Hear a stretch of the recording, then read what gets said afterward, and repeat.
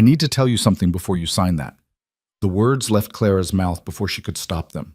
Across the restaurant floor, Ethan Vale, billionaire, single father, and the man whose forgotten phone she held, stared at her like she'd lost her mind. In 12 hours, he would lose everything: his company, his father's legacy, the future he'd promised his daughter. And the only person who could save him was a waitress he'd barely looked at twice. This is the story of one phone call that changed two broken lives forever. Stay until the end, hit that like button, and comment your city so I can see how far this story travels. The restaurant was the kind of place where silence cost money. Not actual silence. There was always the soft clink of crystal, the murmur of important people saying important things, the occasional laugh that sounded like it had been professionally polished, but the kind of silence where nobody asked questions, where the staff moved like ghosts and the clientele paid for the privilege of being left alone with their thoughts, their deals, their perfectly prepared $40 appetizers. Clara Bennett had worked at Meridian for 3 years, and she'd learned the silence well. She moved between tables with the practiced invisibility of someone who'd made an art of being overlooked. 30 years old, thin in a way that suggested she forgot to eat more than she remembered to, with dark hair pulled back tight and eyes that watched everything, while seeming to see nothing important. Her uniform was always perfect. Her smile was always slight. Her presence was always temporary. The other servers said she was too quiet. The kitchen staff said she was weird. The manager said she was reliable, which in this business meant she showed up, did her job, and didn't cause problems. None of them knew what she'd been before this. That was the point. Tuesday nights were slow. The weekend rush was a distant memory, and the pre-weekend buildup hadn't started yet. Just a handful of tables scattered across the main dining room, each occupied by someone who looked like they had somewhere more important to be. Table 7 had been occupied for 90 minutes by a man who'd barely touched his food. Ethan Vale.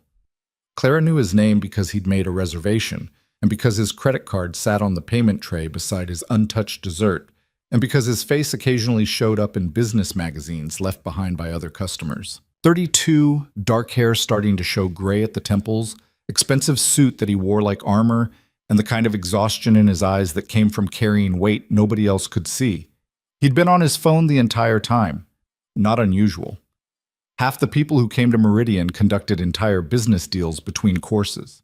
But there was something different about the way this man sat hunched over his screen, jaw tight, fingers moving across the glass with the intensity of someone defusing a bomb rather than reading emails. He'd ordered the salmon, sent back the wine, asked for water with no ice, then never drank it. When Clara had checked on him, twice, with the careful politeness that she'd perfected, he'd waved her off without looking up. Not rude, exactly. Just absent, like she was a sound his brain had learned to filter out. Clara didn't take it personally. She'd been filtered out by better people than him. She was wiping down the service station when she noticed the phone. It sat on table 7 like a ticking bomb, black and sleek and humming with incoming calls. The screen lit up once, twice, 3 times in rapid succession. She glanced toward the restrooms, then back at the phone. Ethan Vale had stood abruptly 15 minutes ago, leaving his napkin on his chair and his phone face down on the table, and disappeared toward the back of the restaurant. The phone buzzed again. This time it didn't stop. Clara looked at the hostess stand. Maria was dealing with a walk-in couple. Looked at the bar. James was pulling bottles for an order. Looked at the manager's office. Dark. The phone kept ringing. It wasn't her business. That was the first rule of places like this. Don't get involved. Serve the food, clear the plates, smile politely, go home. Don't touch customer belongings. Don't answer customer phones. Don't insert yourself into customer lives. But something about the persistence of those calls made Clara's stomach tighten with old instincts she'd spent years trying to bury. She moved to table 7, picked up dessert plates that didn't need clearing yet, giving herself a reason to be there. The phone screen lit up again. She could see the caller ID, Richard Chen. Legal. Legal. Calling at 9:30 on a Tuesday night, calling repeatedly. That wasn't a social call. The phone went dark. 5 seconds later, it lit up again. Same name. Clara set down the plates. Her hand hovered over the phone. Don't do this, part of her whispered. You know better. You know what happens when you get involved. But the other part, The part she'd tried to kill, starve, bury under 3 years of serving food and keeping her head down. That part was already reading the tension in those repeated calls like a language she'd once spoken fluently. Something was wrong. She picked up the phone. It was heavier than she expected, or maybe that was just her hand shaking. She swiped to answer before she could talk herself out of it, before the ringing could stop, before she could remember all the reasons this was a terrible idea. Hello? There was a pause on the other end, then a man's voice, sharp with urgency. Ethan, thank God. I've been trying to reach you for 20 minutes. Where the hell have you been? This isn't... Clara started. Listen, I know you don't want to hear this, but I need you to listen. I pulled the Whitmore contract to do a final review like you asked, and there's something buried in the annexes. Section 12, subsection 4. There's a liquidation clause that doesn't match what we negotiated. Clara's breath caught. Liquidation clause. The words hit her brain like keys in a lock she'd thought she'd thrown away. I'm not... She tried again.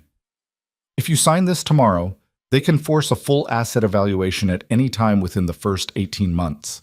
Ethan, are you hearing me? They can trigger a buyout based on their own assessment of value. This thing is a fucking trap. The lawyer's voice was tight with the kind of panic that came from finding a landmine after someone had already started walking across the field. Clara knew that panic. She'd lived it once, before everything fell apart. Her mind was already moving, pulling up half-buried knowledge like muscle memory. Liquidation clauses, asset evaluations, forced buyouts, the kind of predatory contract language that looked clean on the surface and lethal under a microscope. What section did you say? The words left her mouth before her brain caught up. Another pause. Who is this? Clara looked toward the restrooms again. No sign of Ethan Vale. He left his phone at his table. I work here. But you said section 12. I need to speak to Ethan, right now. He's not available, but I'm listening. What exactly does this clause say? I can't discuss confidential client business with... Who are you? Clara closed her eyes. This was insane. She should hang up, find Ethan Vale, hand him his phone, walk away. But Richard Chen's voice carried the same edge she'd heard in her own voice years ago, when she'd been the one calling clients in the middle of the night, trying to save them from their own blind spots. My name is Clara. I used to work in contract law. The lie of omission burned, but she pushed through it. If you tell me what you're looking at, I can relay it when he comes back. Used to. It's complicated. What does section 12 say? She could hear Richard weighing his options, time ticking, the sound of papers shuffling. Subsection 4, paragraph 8, he said finally. In the event of any material change in company valuation, including but not limited to market volatility, operational disruption, or third-party assessment, Party B reserves the right to initiate a complete liquidation assessment based on fair market value as determined by an independent evaluator selected by Party B. Clara's stomach dropped. Party B chooses the evaluator. Yeah, which means they choose the valuation. Which means they can claim any number they want, force a buyout at a fraction of actual worth, and legally strip the assets. Clara's voice had gone flat, professional, the tone of someone reading an X-ray and seeing cancer. How much is Ethan investing? $200 million, 40% stake in a joint infrastructure project. If they trigger that clause, he loses everything. Clara was pacing now, moving on instinct, her brain sliding back into a groove it hadn't touched in years. What's the time frame on signing? Tomorrow morning, 9 a.m., 12 hours. Does Ethan know about this clause? I just found it. I've been trying to call him for the last half hour. This contract is 60 pages deep with 4 annexes. Nobody catches everything on first review, but this is deliberate. This is hidden. The pieces were falling into place with sickening clarity. A contract too dense to read properly. A signature deadline that left no time for real due diligence. A clause buried so deep that even careful lawyers could miss it. And a liquidation trigger so broad that the other party could pull it whenever they wanted. This wasn't a business deal. It was a mugging in a boardroom. Clara looked up and saw Ethan Vale walking back across the dining room.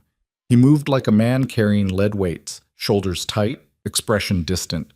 His jacket was off, thrown over one arm. His tie was loosened. He looked like someone who'd spent the last 15 minutes staring at himself in a mirror and not liking what he saw. "He's coming back," Clara said into the phone. "I'll tell him to call you." "Wait, who did you say you were?" Clara hung up. Ethan reached the table and stopped, his eyes landing on his phone in her hand. For a moment, he just stared at her, really looked at her, maybe for the first time all night.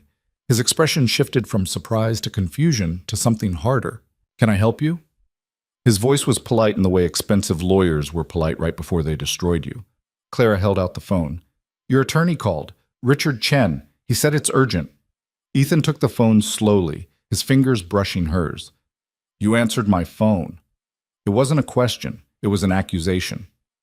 "It wouldn't stop ringing," Clara said. Her voice came out steadier than she felt.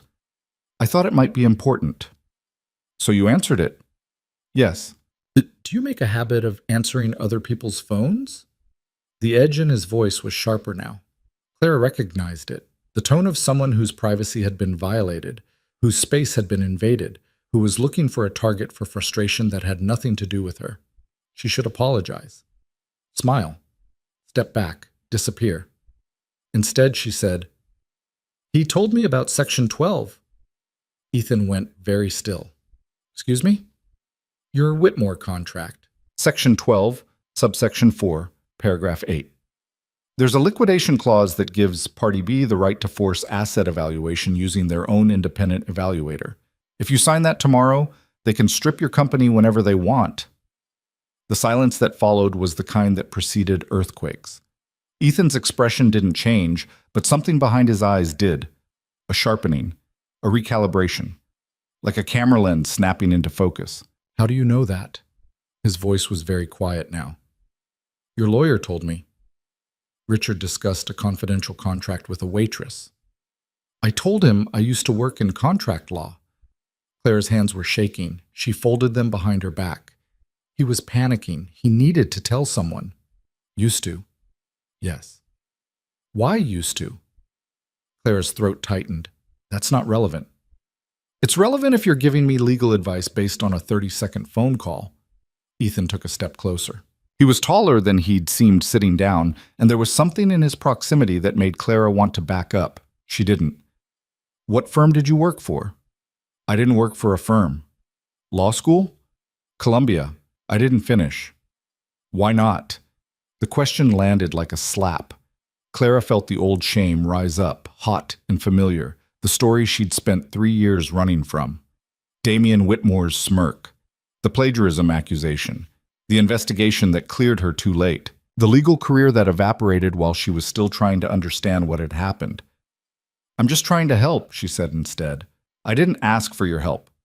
"No, but you need it." Ethan's jaw tightened. "You don't know anything about what I need. I know you're about to sign a contract that will bankrupt you. Based on what? A 30-second phone call? Based on the fact that your lawyer called you 15 times in 20 minutes and used words like trap and forced buyout." Clara's voice was rising now, frustration bleeding through the careful control. "Based on the fact that you've been sitting at this table for 90 minutes looking like you're about to sign your own death warrant. Based on—" "That's enough." Ethan's voice cracked like a whip. Clara stopped mid-sentence. Around them, the restaurant had gone quiet. Not actually quiet. The same soft sounds, the same murmured conversations, but the quality of attention had changed. Other diners were glancing over. Maria at the hostess stand was staring. James, behind the bar, had stopped pouring. Clara felt her face flush. This was it. This was the moment where she got fired. Where she broke the one rule that mattered. Don't get involved. "I'm sorry," she said quietly. "I shouldn't have answered your phone. I'll get your check." She turned to leave. "Wait." The words stopped her mid-step. She looked back. Ethan was staring at his phone screen, his expression unreadable. He scrolled through something, messages, maybe, or missed calls. When he looked up, some of the hardness had drained from his face. "Richard called 16 times in the last hour," he said slowly. "I had my phone on silent. I didn't see." Clara said nothing. "If what you're saying is true, if there's really a clause like that buried in this contract—" He stopped. Started again. "How would you hide something like that? How would you make it invisible? And there it was. The question Clara had been waiting for without knowing she was waiting for it. The question that meant he was listening. You bury it in technical language, she said. You put it in an annex instead of the main contract. You surround it with standard boilerplate so it looks like every other protection clause. You make the trigger conditions so broad that they seem meaningless until someone actually pulls it. And you count on the other party being too rushed, too trusting, or too tired to catch it. Ethan was very quiet. And if someone did catch it, he asked, you'd have about 12 hours to pull out of the deal or renegotiate from scratch. 12 hours. If you're signing at 9 a.m. Ethan looked at her for a long moment. Really looked at her the way he hadn't all night. Clara felt exposed under that gaze, like he was reading the parts of her she'd tried to hide, the intelligence she'd buried, the person she used to be. What's your name? He asked finally. Clara Bennett. Clara. He said it like he was testing the weight of it. How long have you been a waitress? 3 years. And before that? I told you, law school, until I wasn't. Why? The question sat between them like a live wire. Clara could give him the short version, the easy lie about changing careers or losing interest. Or she could tell him the truth. Tell him about Damian Whitmore and the plagiarism accusation that had destroyed her reputation before she'd even started building one. Tell him how she'd spent 6 months fighting to clear her name and succeeded only in proving that justice and truth weren't the same thing. Tell him how she'd ended up here, serving food to people who didn't see her, trying to forget she'd ever been anything else. Tell him that the family trying to trap his company was the same family that had already destroyed her life. It's complicated, she said instead. Ethan studied her face like he was looking for cracks in a facade. Did Richard really tell you about Section 12? Yes. And you understood what he was describing? Yes. In 30 seconds? I'm good at reading contracts. I used to be anyway. Ethan's phone buzzed in his hand. He glanced down at it, then back at her. Something in his expression had shifted. The anger was gone, replaced by something more dangerous, curiosity. My daughter is 5 years old, he said suddenly. Her name is Sophie. She doesn't remember my father. He died when she was 2. But she knows his picture. She knows he built the company I'm running now. She knows that when she's older, it's supposed to be hers. Clara didn't know what to say to that, so she said nothing. This deal with Whitmore Industries was supposed to secure our future, Ethan continued. Diversify our assets. Create stable long-term growth. I've been working on it for 8 months. My entire board approved it. My financial advisors approved it. My lawyers, including Richard, approved it. Until tonight. Until tonight, Ethan's voice was hollow. If you're right, but there's really a trap buried in this contract, then I've spent 8 months walking into an ambush, and the only person who caught it was a waitress who answered my phone. The way he said waitress made Clara's spine stiffen, not quite mocking, but close enough. I should let you call your lawyer, she said. You should. Ethan didn't move. But first I want you to tell me something. Why did you answer my phone, really? Clara met his eyes. Because it wouldn't stop ringing. Because your lawyer sounded desperate. Because I know what it sounds like when someone's trying to stop a disaster and running out of time. That's not an answer. Yes, it is. They stared at each other across the table. Around them, Meridian continued its quiet Tuesday evening, crystal clinking, conversations murmuring, the world turning at its usual expensive pace. But in this small space, between this man and this woman, something had shifted. Ethan's phone buzzed again. This time he answered it. Richard? Yeah, I know. I got your messages. He paused, listening. His eyes never left Clara's face. No, I haven't signed anything yet. Listen, I need you to pull the full contract right now. I'm coming to the office. We're going through every page, every annex, every clause. I don't care if it takes all night. Another pause. Because someone just told me we missed something. And if they're right, this whole deal is poison. He hung up. I need to go, he said to Clara. But I want your number. What? Your number. I want it. Clara's heart was hammering. Why? Because if you're right about this clause, you just saved my company. And if you're wrong, I need to know why you lied. Ethan pulled out his wallet, extracted a business card, and held it out. Either way, we're not done talking. Clara took the card. It was heavy stock, embossed lettering. Ethan Vale, CEO, Vale Industries. A phone number, an email address, an office location she'd probably never visit. I didn't lie, she said quietly. Then prove it. If Richard confirms what you told me, I'll call you tomorrow, and you're going to tell me how a waitress knows more about predatory contract law than my entire legal team. He dropped $200 bills on the table, triple what the meal cost, and walked out.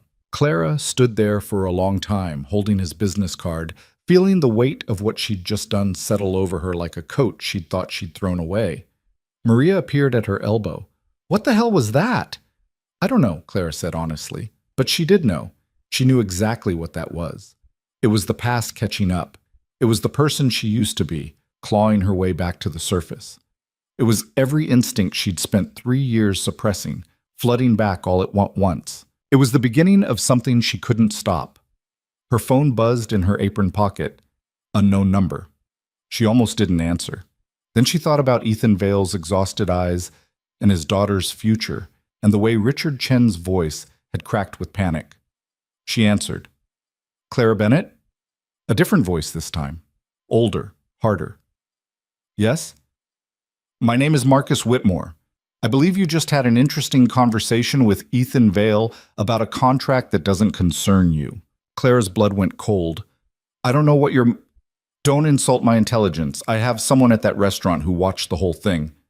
Marcus's voice was smooth as silk and twice as dangerous. I know you answered his phone. I know what his lawyer told you, and I know you're about to make a very stupid mistake.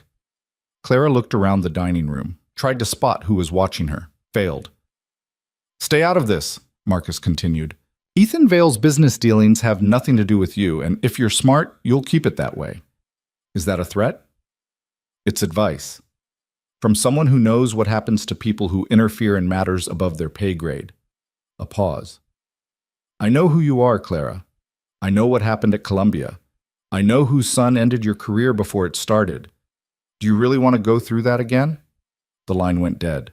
Clara stood in the middle of Meridian, holding a dead phone and a business card, feeling the careful life she'd built cracking apart. Across the room, Maria was still staring. James had stopped pretending not to listen, and somewhere in the night, Ethan Vale was racing to his office to tear apart a contract that might already be killing him. Clara looked down at the business card, at Ethan's number. She thought about Sophie, 5 years old, who didn't remember her grandfather, about Ethan's exhausted eyes and the weight he carried, about Richard Chen's panic and Marcus Whitmore's threat. She thought about Damian Whitmore's smirk 3 years ago, when he'd looked at her across a hearing room and known he'd won, and she thought about the clause buried in Section 12, waiting like a landmine. Clara pulled out her phone and typed a text to the number on Ethan's card. If Richard confirms the clause, I can help. But you need to know something first. The Whitmores destroyed my life once already. If we do this, we're not just fighting a contract. We're fighting them. She hit send before she could talk herself out of it. Then she went back to work, clearing tables and refilling water glasses and smiling politely at people who didn't see her, waiting for an answer that would either save her or destroy her all over again. The answer came at midnight. Clara was home by then, in the tiny studio apartment she could barely afford, lying in bed and staring at the ceiling. Her phone lit up the darkness. Richard confirmed it. The clause is there. You were right. Then 30 seconds later, I need you to come to my office tomorrow morning, 7 a.m. We have 2 hours before I'm supposed to sign, and I need to understand what I'm really looking at. Clara typed back, I work breakfast shift. I can't. The response was immediate. Call in sick. I'll pay you whatever you'd lose. This is important. She stared at the screen. This was insane. She should say no. Should protect the quiet life she'd built, the safety of invisibility, the peace of being nobody. But Richard Chen's voice echoed in her head. This thing is a fucking trap. And Marcus Whitmore's. I know who you are, Clara. She typed, 7 a.m. I'll be there. Then she lay back and tried to sleep, knowing she wouldn't, knowing that tomorrow she'd walk back into the world that had chewed her up and spit her out, knowing that this time she was choosing it. Somewhere across the city, Ethan Vale was reading a contract and seeing his future dissolve. Somewhere else, Marcus Whitmore was making phone calls, tightening screws, preparing for a fight. And in a tiny apartment in a forgotten corner of Manhattan, Clara Bennett stared at the ceiling and felt the person she used to be waking up inside her, stretching, remembering what it felt like to matter. The silence in her apartment was different from the silence at Meridian. This silence was honest, and it was about to shatter. Clara didn't sleep. She lay in bed watching the numbers on her phone tick forward, 12:47, 1:23, 2:08, while her mind ran through every possible way tomorrow could go wrong. By 3 a.m., she'd given up pretending and sat at her kitchen table with instant coffee and the kind of silence that amplified every doubt she'd ever had. What the hell was she doing? She wasn't a lawyer anymore, wasn't even a law student. She was a waitress who'd answered a phone she had no business touching, and now she was about to walk into a billionaire's office and pretend she knew what she was talking about. Except she did know. That was the problem. Her fingers itched for a contract to read, legal language to parse, problems to solve. 3 years of serving food hadn't killed that part of her brain, just buried it. And now it was awake and hungry, and she didn't know how to put it back to sleep. At 5:30 a.m., she called Meridian and left a voicemail for the morning manager. Stomach flu. Very sorry. Would make it up on her next shift. The lie tasted worse than the coffee.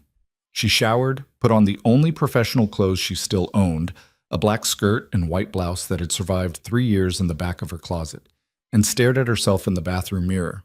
She looked like someone playing dress-up, like a kid wearing her mother's clothes to a job interview. She looked like someone who didn't belong.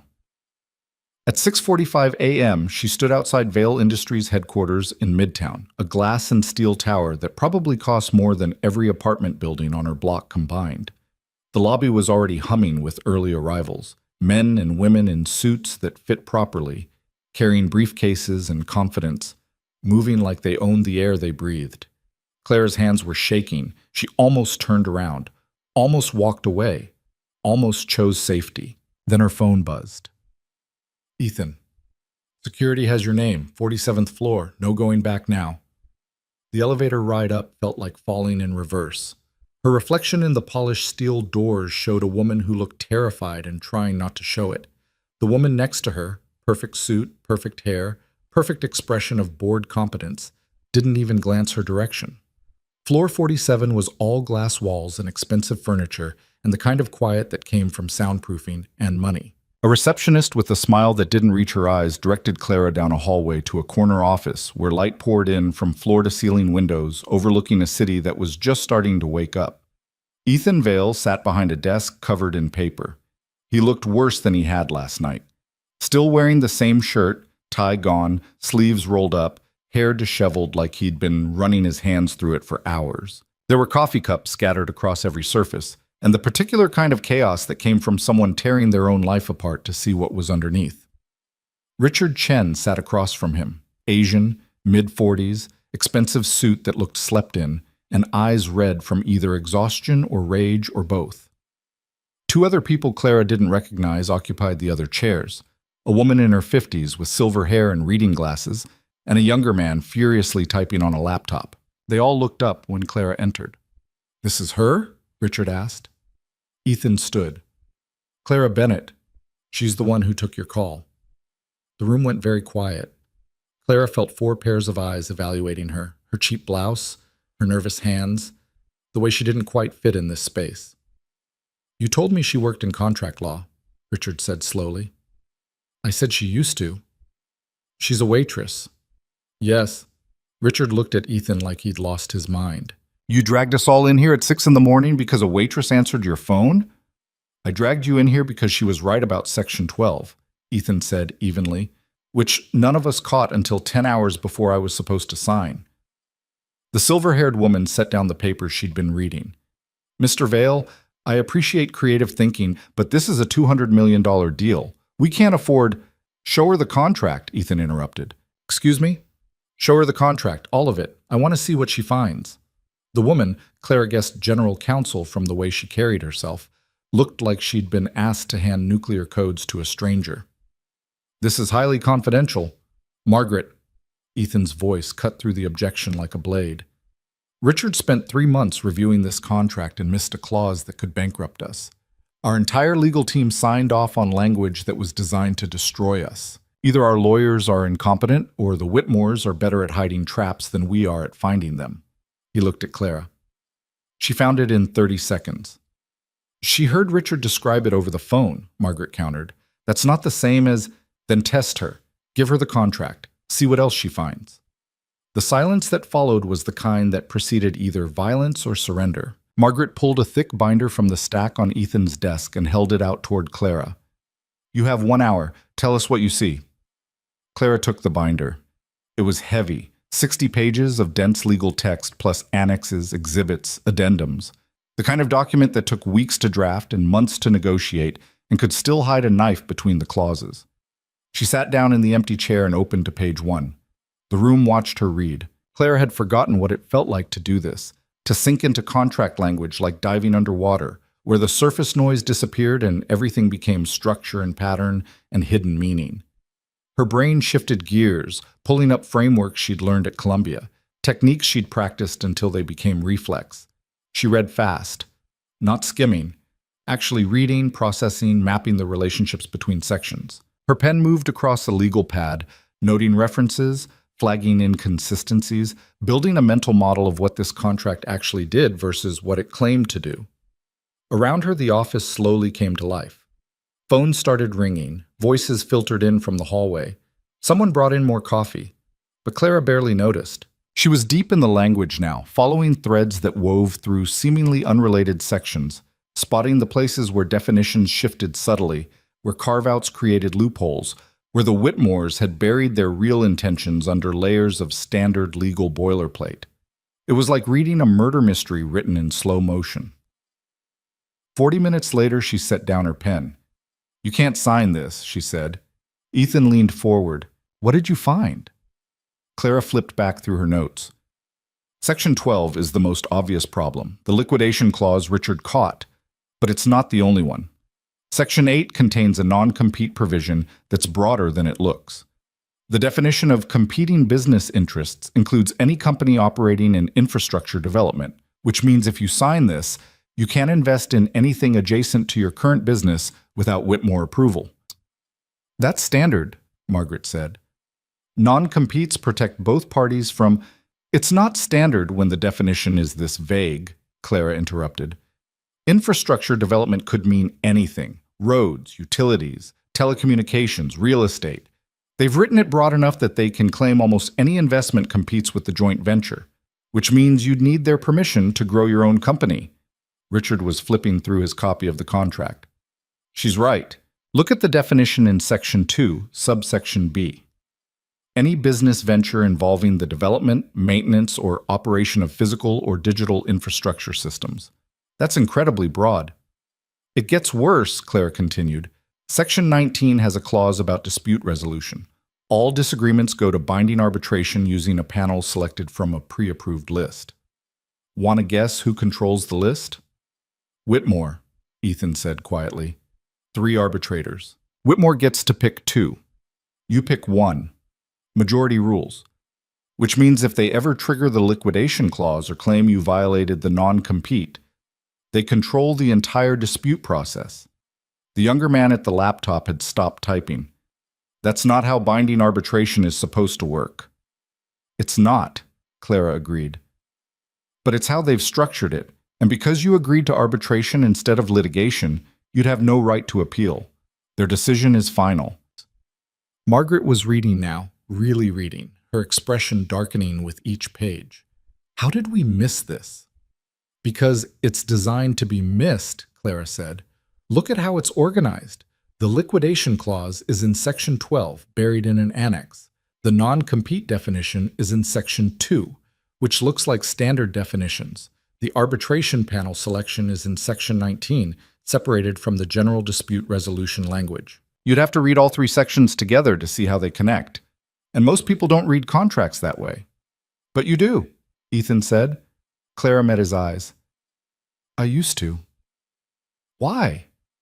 The question hung in the air.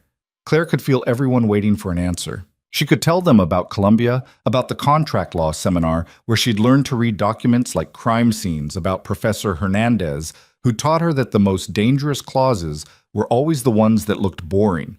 She could tell them about Damian Whitmore. Instead, she said, "Because I'm good at finding things people want to hide." Richard set down his copy of the contract. "Even if everything you're saying is correct, and I think it is, we're supposed to sign in 90 minutes. We can't renegotiate an entire contract in 90 minutes. No, Ethan said, but we can refuse to sign. And lose the deal entirely, Margaret said. Mr. Vale, we've invested 8 months and considerable resources in this partnership. If we don't walk away now, we lose the company. Ethan's voice was hard. That's what you're telling me, right? If I sign this contract as written, the Whitmores can trigger a forced buyout whenever they want, claim I violated a non-compete I didn't know I was agreeing to, and control the entire dispute process so I have no recourse. Is that correct? Silence. Is that correct? Ethan repeated. Yes, Margaret said finally. That's correct. Ethan stood and walked to the windows. Outside, Manhattan was fully awake now, cars streaming through streets, people flooding sidewalks, the city grinding forward on its usual Tuesday morning momentum. Somewhere down there, Sophie was probably eating breakfast before school. Somewhere else, the Whitmores were preparing for a 9 a.m. signing that would never happen. Call them, Ethan said without turning around. Tell them we're not signing today. Tell them we need more time to review. They'll ask why, Richard said. Tell them we found issues that need clarification. They'll know someone caught the traps. Good. Ethan turned back to face the room. Let them know. Let them understand that we're not the easy target they thought we were. Margaret closed her binder with a sound like a gunshot. Mr. Vale, with all due respect, this is a massive decision based on 1 hour of analysis by someone we just met. Perhaps we should take more time to— We don't have more time, Ethan interrupted. We have 90 minutes before I was supposed to hand them 40% of my company and the legal right to take the rest whenever they wanted. So no, Margaret, we're not taking more time. We're killing the deal. And doing what instead? The younger man asked. We structured our entire expansion strategy around this partnership. If we pull out now, we're back to square one. Then we go back to square one, Ethan said. Better than going to zero. He looked at Clara. She was still sitting with the contract open in front of her, pen in hand, looking like she was waiting for permission to speak. What would you do? He asked her. Everyone turned. What would I do? Clara repeated. If this was your company, your decision, what would you do right now? Clara glanced at the others, at Richard's exhausted skepticism, at Margaret's barely concealed hostility, at the younger man's confused evaluation. They were all thinking the same thing. Who the hell was she to advise a CEO on a $200 million deal? She was nobody. A waitress who'd answered a phone. A failed law student who'd spent 3 years hiding from the world that had chewed her up. But Ethan wasn't asking them. He was asking her. I'd find out why they did this, Clara said slowly. This contract isn't just aggressive, it's predatory. They spent 8 months negotiating terms that look reasonable on the surface but are designed to trap you. That takes planning, resources, intention. Nobody goes to this much effort unless they want something specific. They want my company, Ethan said. Maybe, or maybe they want to make sure you can't compete with them. Or maybe this is personal. Clara hesitated. Either way, I'd want to know if you're the only target or if they've done this before. The room went very quiet. What do you mean, done this before? Richard asked. Contracts like this don't get written overnight, Clara said. The language is too sophisticated. The traps are too well hidden. If the Whitmores are this good at predatory drafting, they've practiced, which means there might be other deals, other companies they've trapped the same way. Ethan was staring at her with an intensity that made her skin prickle. How would we find out? Public filings, court records, business databases. If they've used these same clauses in other contracts, there might be a pattern. And if other companies signed deals like this and later got destroyed, we'd have proof they're running a systematic operation, Richard finished. Not just aggressive negotiation, actual fraud. Maybe, Clara said carefully, but it would take time to investigate, and access to legal databases I don't have anymore. We have access, Margaret said. She'd been quiet during this exchange, but now she was looking at Clara with something that might have been grudging respect. If we're really going to kill this deal, we need ammunition, evidence that the Whitmores are operating in bad faith. It might not exist, Clara warned. They might be too careful to leave patterns. Or they might be arrogant, Ethan said. Arrogant enough to use the same playbook multiple times because it keeps working. He walked back to his desk and picked up his phone. Richard, call the Whitmores. Tell them we need to postpone. Don't give details. Margaret, I want you and your team to start pulling every public contract associated with Whitmore Industries for the last 5 years. Look for similar language, similar structures. Clara, he stopped. Everyone looked at her. I need you to stay, Ethan said. I need you to teach my lawyers how to read contracts the way you do, how to spot these traps, how to think like someone who's trying to hide a knife in legal language. Clara's stomach dropped. Mr. Vale, I'm not qualified to— You found in 1 hour what we missed in 3 months, Ethan interrupted. That makes you the most qualified person in this room. Will you stay? It was phrased as a question, but Clara heard the weight behind it. This wasn't just about one contract anymore. This was about a company, a future, a little girl named Sophie who didn't remember her grandfather. This was about walking back into the world that had destroyed her. I have a shift at noon, she said quietly. Call in sick again. I'll pay you for the day. Hell, I'll pay you for the week. Name your price. It's not about money. Then what is it about? Clara looked at the contract spread across the desk, at the pages of dense text hiding traps like landmines, at Richard's exhausted face and Margaret's cautious hope and the younger man's obvious confusion. She thought about Marcus Whitmore's voice on the phone last night. I know who you are, Clara. She thought about Damien's smirk 3 years ago.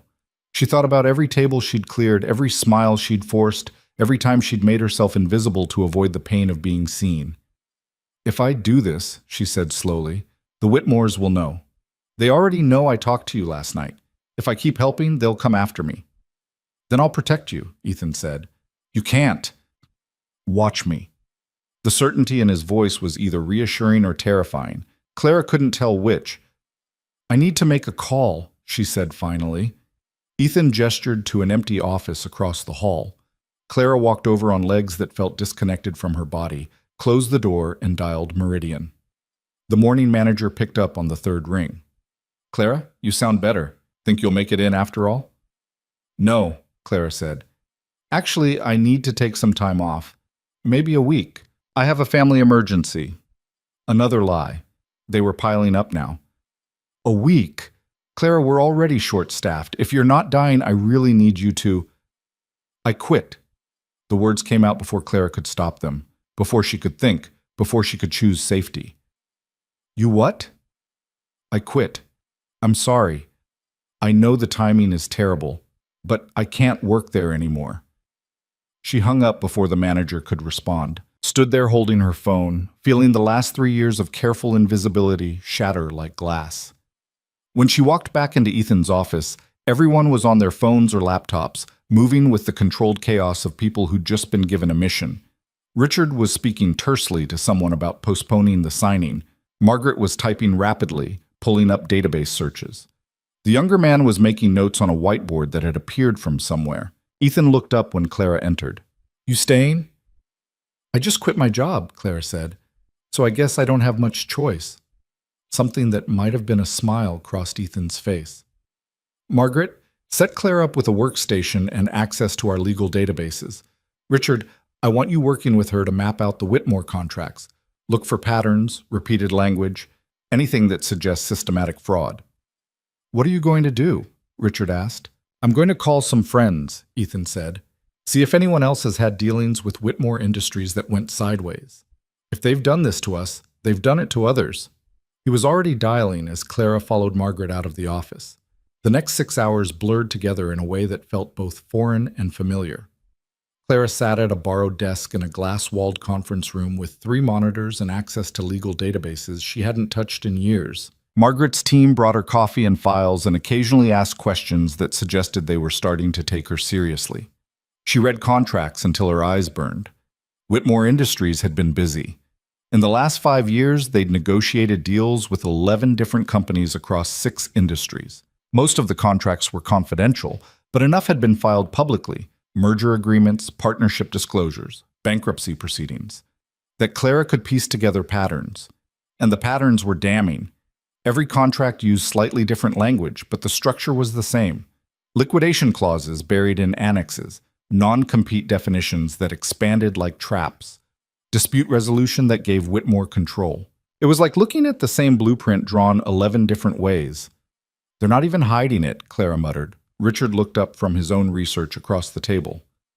"What?" "The pattern. Once you know what to look for, it's obvious. They use the same structural approach in every deal. Different words, same result." "How many have failed?" Clara pulled up her notes. "Of the 11 companies that signed contracts with Whitmore, 6 are now bankrupt, 3 were absorbed into Whitmore subsidiaries, and 2 are currently in litigation trying to break their agreements." "And we would have been number 12, Richard said quietly. "Yeah." He sat back in his chair looking like he'd aged 10 years in one morning. "How the hell did we miss this? How did everyone miss this?" "Because people trust the system," Clara said. "They assume contracts negotiated by expensive lawyers and vetted by legal teams are fundamentally fair. They don't expect to find fraud hiding in the fine print." "You expected it." Clara looked at him. Richard was watching her with an expression she couldn't quite read, part curiosity, part something else. "I learned not to trust things that look too good," she said finally. "Learned it the hard way." "What happened to you at Columbia?" The question landed like a punch. Clara turned back to her monitors. "That's not relevant." "It might be. Ethan said the Whitmores destroyed your career. I'm looking at evidence that they've destroyed 11 companies. I'm wondering if there's a connection." Clara's hand stilled on the keyboard. "Damian Whitmore was in my contract law seminar. We were both top of the class. He asked if I'd help him study for the final. I said yes. 2 weeks later, I was called before the academic board on charges of plagiarism." Richard waited. "He claimed I'd copied sections of his exam essay, had documentation showing I'd accessed his notes, collaborated on study materials, reviewed his practice answers. Made it look like I'd stolen his work instead of the other way around. By the time I proved he'd set me up, that he'd deliberately fed me material so he could accuse me later, I'd been suspended for a semester, lost my scholarship, reputation destroyed." "Why would he do that?" "Because I was better than him," Clara said simply. "Because he needed to be number one, and I was in his way. Because the Whitmores don't like losing." Richard was quiet for a long moment. "Did you sue?" "With what money? Against which lawyers? The Whitmores have an entire firm on retainer. I had a public defender who barely had time to return my calls." "So you just gave up?" The judgment in his voice made Clara's jaw tighten. "I survived. There's a difference." Before Richard could respond, Ethan walked into the conference room with his phone pressed to his ear and an expression that suggested he'd just heard something either very good or very bad. "Say that again," he said into the phone. Slowly, he listened. His face went carefully blank. "When?" Another pause. "Are you sure?" He hung up and looked at Clara and Richard like he was seeing them from very far away. "That was Jonathan Fisher," Ethan said, "CEO of Fisher Technologies. They signed a joint venture agreement with Whitmore Industries 18 months ago. Same structure as our contract. Liquidation clauses, arbitration control, the whole package. Whitmore triggered the buyout 6 months later, claimed Fisher violated the non-compete by launching a new product line, took the company apart and absorbed the assets. We knew they'd done this to others," Richard said. "Fisher's father died 3 weeks before the Whitmores triggered the liquidation," Ethan continued, his voice hollow. "Heart attack. Very sudden. Very convenient timing." The room went cold. "What are you saying?" Clara asked. Ethan met her eyes. "My father died 2 years ago. Heart attack. Sudden. Unexpected. The company nearly fell apart. I was drowning, trying to hold things together while raising Sophie alone. And 6 months later, the Whitmores approached me about a partnership, said they wanted to help, said they knew what it was like to lose a parent and run a company at the same time." Clara felt something dark settle in her chest. "You think they killed your father?" "I think it's a hell of a coincidence," Ethan said. And I don't believe in coincidences. Neither do the Fishers, Richard said quietly. Jonathan mentioned they requested an autopsy review. Never got anywhere, no evidence of foul play, but the timing bothered them. How many of the failed companies lost leadership right before the Whitmores moved in? Clara asked. Richard and Ethan exchanged looks. I'll check, Richard said, already pulling up files. While he worked, Ethan sat down across from Clara. Up close, she could see the exhaustion in his face, the weight of what he was carrying. But there was something else too, a kind of cold fury that made her understand why people called him dangerous. If they killed my father, he said quietly, I will destroy them.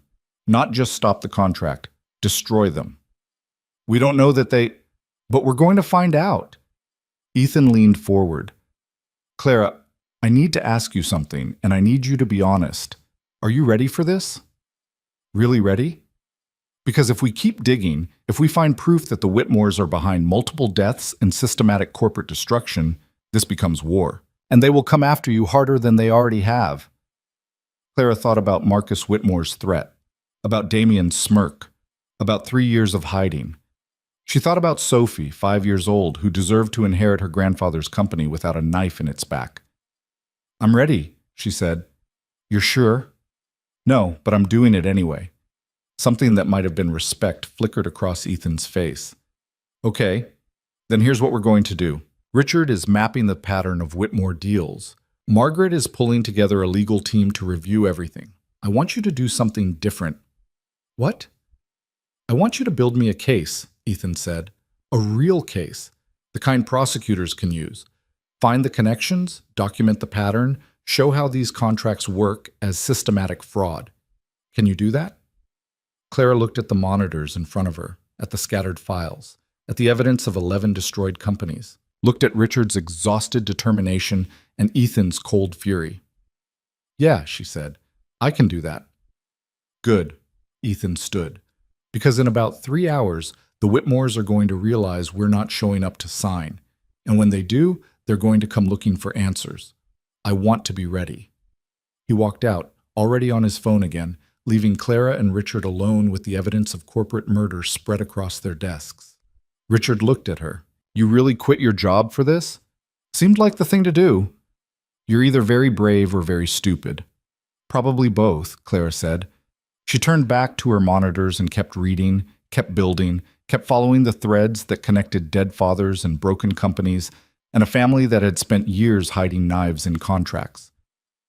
Outside the windows, Manhattan moved through its Tuesday afternoon. Somewhere in the city, the Whitmores were waiting for a phone call that would never come. And in a glass-walled conference room on the 47th floor, a waitress who used to be a law student was building the case that would bring them down or destroy her trying. Either way, there was no going back now. The silence in her life had shattered, and Clara was done hiding in the pieces. The call came at 11:47 a.m. Clara was 3 levels deep in a bankruptcy filing from a company called Meridian Tech. No relation to the restaurant, just another coincidence in a case built on bodies, when Ethan's office door slammed open hard enough to rattle the glass walls. They know, he said. Richard looked up from his laptop. How bad? Marcus Whitmore just called my personal cell. Not the office line. My personal cell that maybe 10 people have. Ethan's voice was tight. Asked if I was feeling well, said he heard I might be coming down with something since I missed our appointment this morning. Threatening you already, Margaret said from her corner of the conference room. That was fast. It gets better. He said he hopes whatever's distracting me gets resolved quickly. Said it would be unfortunate if my personal problems affected my business judgment. Then he mentioned Sophie. The temperature in the room dropped 20 degrees. He said, what? Clara asked quietly. He said, that daughter of yours must be starting kindergarten soon. Exciting time. Important to make sure she has stability, security, a future to look forward to. Ethan's hands were shaking, not with fear, with rage. He threatened my daughter. That's not a direct threat, Margaret said, but her voice lacked conviction. He could argue he was making conversation. He could argue a lot of things, Ethan cut her off. But we all know what he meant. And he made sure I knew that he knows where Sophie goes to school, what her schedule is, who picks her up. Clara felt sick. You need to increase her security. Already done. I called her school 20 minutes ago. She's not leaving the building without me or someone I personally authorize. I've got a car picking her up at 3 with a driver I trust. Ethan ran his hands through his hair. But that's not enough. As long as the Whitmores think I'm a threat, Sophie's a target. So we stop being a threat, Richard said. We back off. Tell them we're signing after all. And give them exactly what they want? Let them trap us the same way they trapped 11 other companies? Ethan shook his head. No, we're past that now. Then what do you want to do? Margaret asked. Because right now we have research and suspicions, but no proof. Nothing that would hold up in court. Nothing that would stop them from... She didn't finish the sentence. She didn't have to. Clara stood abruptly. I need to make a call. To who? Ethan asked. Someone who might be able to help, if she'll talk to me. Clara walked back to the empty office she'd used that morning and closed the door, pulled out her phone, stared at a number she hadn't called in 3 years. Professor Elena Hernandez, Columbia Law. The only person who'd believed Clara when the plagiarism accusations came down. The only person who'd fought for her when everyone else was ready to throw her away. The phone rang 4 times before connecting. Clara Bennett. Professor Hernandez's voice was exactly as Clara remembered. Sharp, skeptical, missing nothing. I was wondering if I'd ever hear from you again. Professor, I know it's been a while. 3 years. You disappeared after the investigation cleared you. Stopped returning my calls. Dropped out of law school despite having a clean record and a scholarship waiting. The accusation in her voice made Clara's throat tight. I couldn't stay, not after what happened. Because Damian Whitmore destroyed your reputation, even though the board exonerated you. Yes, I remember. What I don't understand is why you let him win. I didn't let him. You let him chase you out of law school, out of the profession, out of the future you'd worked for. I'd call that letting him win. Clara closed her eyes. I didn't call to defend myself. Then why did you call? Because I need your help, and because you were right about the Whitmores. There was a long pause on the other end of the line. What do you mean? Professor Hernandez asked, her voice suddenly careful. You told me once that Damian's family made their money by breaking things, that they were good at finding legal ways to do illegal things, that the plagiarism accusation was probably practice for something bigger. Clara opened her eyes. You were right. They've been doing it to corporations for years. Systematic fraud hidden in contract language. I'm looking at 11 companies they've destroyed using the same playbook. And you're calling me because I need someone who understands how predatory contracts work. Someone who can help me build a case that prosecutors will actually take seriously. Someone the Whitmores can't intimidate or buy off. Professor Hernandez was quiet for a moment. Then, where are you? Vale Industries, Midtown, working with Ethan Vale. He was about to sign one of their contracts until I caught the traps. The waitress who answered a phone and saved a billionaire. Yes, I saw the business news this morning. They're speculating about why Vale postponed the Whitmore signing. A pause. They don't know you're involved, do they? Not yet. They will. The Whitmores don't like loose ends. And Clara, you're the loosest end they've ever had. You're the one person who can connect Damian's pattern of academic fraud to his family's pattern of corporate fraud. If they figure out you're helping Vale, they already know. Marcus Whitmore called me last night, told me to back off. And you're still there. Yes. Professor Hernandez laughed, but there was no humor in it. You're either very brave or you've finally stopped caring whether you survive. Which is it? Clara thought about that. About the last 3 years of invisible waitressing. About the way she'd felt reading contracts this morning, alive in a way she'd forgotten was possible. I'm tired of hiding, she said finally. Good. Send me everything you have, every contract, every connection, every piece of evidence. I'll start building a framework for prosecution. But Clara, you need to understand something. If we're going after the Whitmores, we're going after one of the most powerful families in New York. They have resources, connections, lawyers who make Margaret's team look like public defenders. They will fight dirty. They will come after everyone involved, and they don't lose. They lost to you, Clara said. When you proved Damian set me up. I proved academic misconduct. That's not the same as proving systematic corporate fraud and possibly murder. Those are different courts, different stakes, different rules. But you'll help. Another pause. Longer this time. Send me the files, Professor Hernandez said. I'll look at what you have. No promises beyond that. Thank you. Don't thank me yet. You might end up wishing you'd stayed a waitress. The line went dead. Clara stood there for a moment, holding her phone, feeling the weight of what she'd just set in motion. Then she walked back to the conference room where Ethan and Richard and Margaret were huddled over a laptop screen, showing something that made them all look sick. What? Clara asked. Richard turned the laptop toward her. James Vale's autopsy report. Ethan's father. I pulled it from the medical examiner's database. How did you... Never mind. Clara leaned in to read. What am I looking at? Cause of death, acute myocardial infarction, heart attack, very sudden, very severe. Toxicology came back clean, no signs of foul play. Richard pointed to a section near the bottom. But look at this. The ME noted unusual potassium levels. Higher than expected, but not high enough to be flagged as suspicious. Potassium can cause heart attacks if administered in high doses, Margaret said quietly. It's also incredibly hard to detect if done carefully. Metabolizes quickly, mimics natural heart failure. Clara felt her stomach turn. You think they injected him with potassium? I think it's possible, Ethan said. His voice was flat, emotionless, the kind of calm that came before violence. And I think if we pulled the autopsy reports for the other company leaders who died before Whitmore takeovers, we might find similar anomalies. That's not proof, Margaret warned. Elevated potassium could be natural, could be diet, stress, pre-existing conditions. No prosecutor would bring murder charges based on ambiguous lab values. But it's a pattern, Clara said, just like the contracts. Individually, each piece looks innocent. Together, they tell a story. A story isn't evidence. No, but it's a direction. Clara pulled out her phone.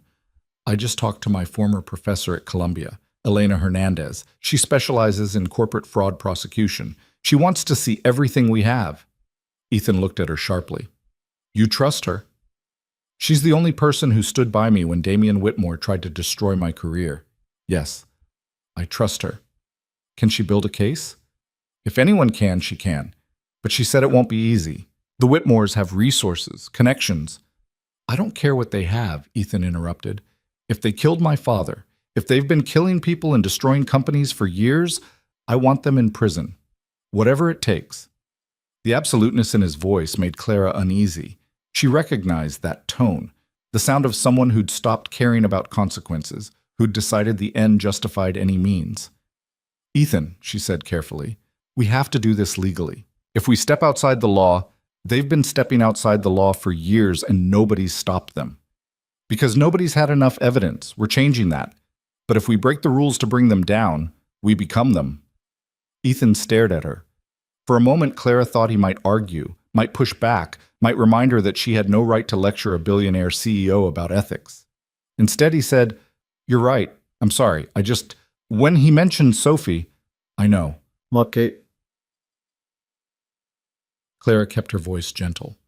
But we protect Sophie by building an unbreakable case, not by giving the Whitmores ammunition to paint us as the villains.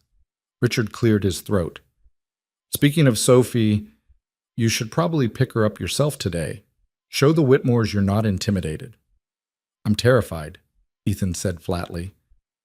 But yes, I'll pick her up, and I'll keep her home from school tomorrow until we have better security in place. She'll hate that, Margaret said. She'll survive. Ethan checked his watch. It's almost 1. I need to brief the board, explain why we killed the Whitmore deal, and prepare for whatever shitstorm is coming. Richard, keep pulling autopsy reports. Margaret, work with Clara to organize everything for Professor Hernandez. I want a complete case file by end of day. He started toward the door, then stopped and looked back at Clara. Thank you, he said, for not walking away when you could have. Then he was gone, leaving Clara alone with Richard and Margaret and the evidence of multiple deaths spread across their screens. He's going to do something stupid, Richard said quietly. Probably, Margaret agreed. Men like Ethan don't handle threats to their children well, especially single fathers who've already lost one parent. Clara thought about Sophie, 5 years old, about to be picked up from school by a father who was barely holding his rage together. Thought about Marcus Whitmore's smooth threat. Thought about Damien's smirk. "We need to move faster," she said. "How long to pull all the autopsy reports?" "If they're all in the database, a few hours." Richard was already typing. "But some might be sealed, some might be in different jurisdictions. Could take days." "We don't have days. The Whitmores know we're on to them. They'll start covering tracks, destroying evidence, preparing counterattacks." Clara pulled up the list of failed companies. "What if we focus on the most recent ones first? The deaths that happened in the last 2 years. Less time for evidence to degrade, better chance of finding witnesses who remember details." "That's 3 companies," Margaret said, scanning the list. Fisher Technologies, Meridian Tech, and Howell Construction. All 3 lost their CEOs within 6 months of signing Whitmore deals. All 3 subsequently collapsed or got absorbed. "Start there," Clara said. "Pull medical records, talk to family members, find out if anyone noticed anything suspicious at the time." "That's going to raise flags," Richard warned. "Start calling bereaved families, asking questions about their dead relatives. The Whitmores will hear about it." "Good. Let them hear. Let them know we're not backing down." Margaret raised an eyebrow. "That's a risky strategy." "We're already at risk," Clara said. "Marcus threatened a 5-year-old. They're not playing by civilized rules. Why should we?" "Because we're trying to be better than them," Margaret said. "Remember? That was your speech 10 minutes ago." Clara felt her face flush. "You're right. I'm sorry. I just want them to pay for what they did to you," Richard finished. "Yeah, we get it. But Margaret's right. We stay clean, stay legal, stay focused. Build the case brick by brick." Clara nodded, swallowing the frustration that wanted to explode into something reckless. They were right. She knew they were right. But knowing didn't make it easier. For the next 4 hours, Clara lost herself in documents, medical records, incorporation filings, merger agreements.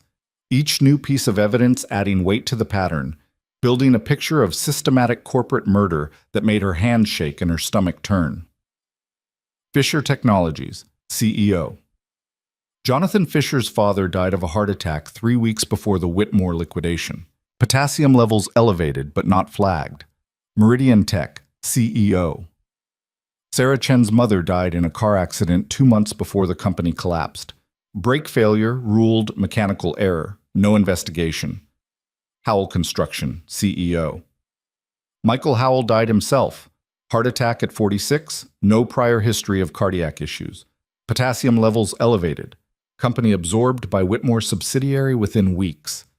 3 deaths. 3 companies. 3 families destroyed. "They're killing people," Clara said to the empty conference room. "They're actually killing people." "Yes." Professor Hernandez's voice came through Clara's laptop speakers. They'd set up a video call an hour ago, and the professor had been reviewing documents in silence since. Now she looked at Clara through the screen with an expression that mixed fury and professional calculation. "The question is whether we can prove it in a way that holds up in court. Elevated potassium in multiple victims. That's not coincidence. It's not proof either. Potassium levels fluctuate naturally. Defense lawyers will bring in experts who will testify about diet, stress, pre-existing conditions. They'll create reasonable doubt." "So we're back to nothing," Clara said bitterly. "We're back to needing more. We need to connect the Whitmores directly to these deaths. Find the how, the injection sites, the purchase records, the people who administered the poison. Find the why documented somewhere. Emails, recordings, witnesses. That could take months, years. Or it could take one person deciding to talk." Professor Hernandez leaned closer to her camera. "The Whitmores didn't do this alone. Someone administered those injections. Someone disposed of evidence. Someone helped plan the timing. Find that someone. And convince them to betray one of the most powerful families in New York. Sure. Simple. Nothing about this is simple. But Clara, you need to understand something. If you're going to take down the Whitmores, you can't do it halfway. You can't wound them and walk away. You hit them once, you better make sure they don't get back up. Because otherwise, they'll come after everyone who helped." "Exactly. Which means everyone in that building with you right now is at risk. Ethan Vale, his daughter, Richard, Margaret, everyone on the legal team, and you especially." Clara thought about that, about Sophie in kindergarten, about Ethan's exhausted rage, about Richard and Margaret who'd spent the day helping a stranger build a case against one of their client's business partners. "Maybe I should leave," she said quietly. "Stop putting other people in danger." "Too late for that. You answered the phone. You found the clause. The Whitmores already see you as a threat. Leaving won't make you safe. It'll just make you alone and unprotected. So what do I do?" "You finish what you started. You find the person who helped them kill. You build an unbreakable case. And you pray that justice moves faster than their assassins." The casual way Professor Hernandez said assassins made Clara's blood run cold. "You really think they'd kill me?" "I think they've killed at least 3 people we know about, possibly more. I think you're the biggest threat to their entire operation, and I think the Whitmores don't leave threats alive." Professor Hernandez's expression softened slightly. "I'm not trying to scare you. I'm trying to make sure you understand what you're walking into." "I understand." "Do you? Because 3 years ago you ran from a plagiarism accusation. Now you're going after people who commit murder. That's not the same fight." Clara felt the sting of that assessment, but it was fair. 3 years ago, I was alone," she said finally. "I had no resources, no allies, no power. Now I have a billionaire CEO backing me, a legal team helping me, and you building the prosecution framework. I'm not alone this time." "Neither are they, and they have more money, more connections, more experience fighting dirty. But we have something they don't." "What's that?" "We're actually trying to do the right thing," Clara said. "That has to count for something." Professor Hernandez looked at her for a long moment. Then she smiled, small and sad. "You haven't changed as much as you think. Still naive enough to believe justice matters." "Is that a criticism?" "It's an observation. Hold on to that belief, Clara. You're going to need it when things get dark." The screen went black as Professor Hernandez ended the call. Clara sat alone in the conference room, surrounded by evidence of murder and fraud, watching the sun set over Manhattan through floor-to-ceiling windows that suddenly felt less like architectural features and more like exposure. Her phone buzzed. "Ethan, Sophie's home safe, security in place. How's the case file coming?" Clara looked at the organized folders on her laptop. Contracts, medical records, financial filings, autopsy reports, all cross-referenced and annotated and ready for prosecution. She typed back, "Ready to send to Hernandez. But Ethan, we need to talk about protection for everyone involved." 3 dots appeared, then, "Come to my office." Clara found him standing at his windows, silhouette dark against the dying light. He didn't turn when she entered. "Sophie asked me why there are security guards following us," he said quietly. "Asked if we did something wrong. She's 5 years old and she's asking if her father is a criminal." "What did you tell her?" "That sometimes people get angry when you stand up for what's right. That the guards are just being careful." He finally turned to face Clara. "She asked if the angry people are going to hurt me." Clara's chest tightened. "What did you say?" "I lied.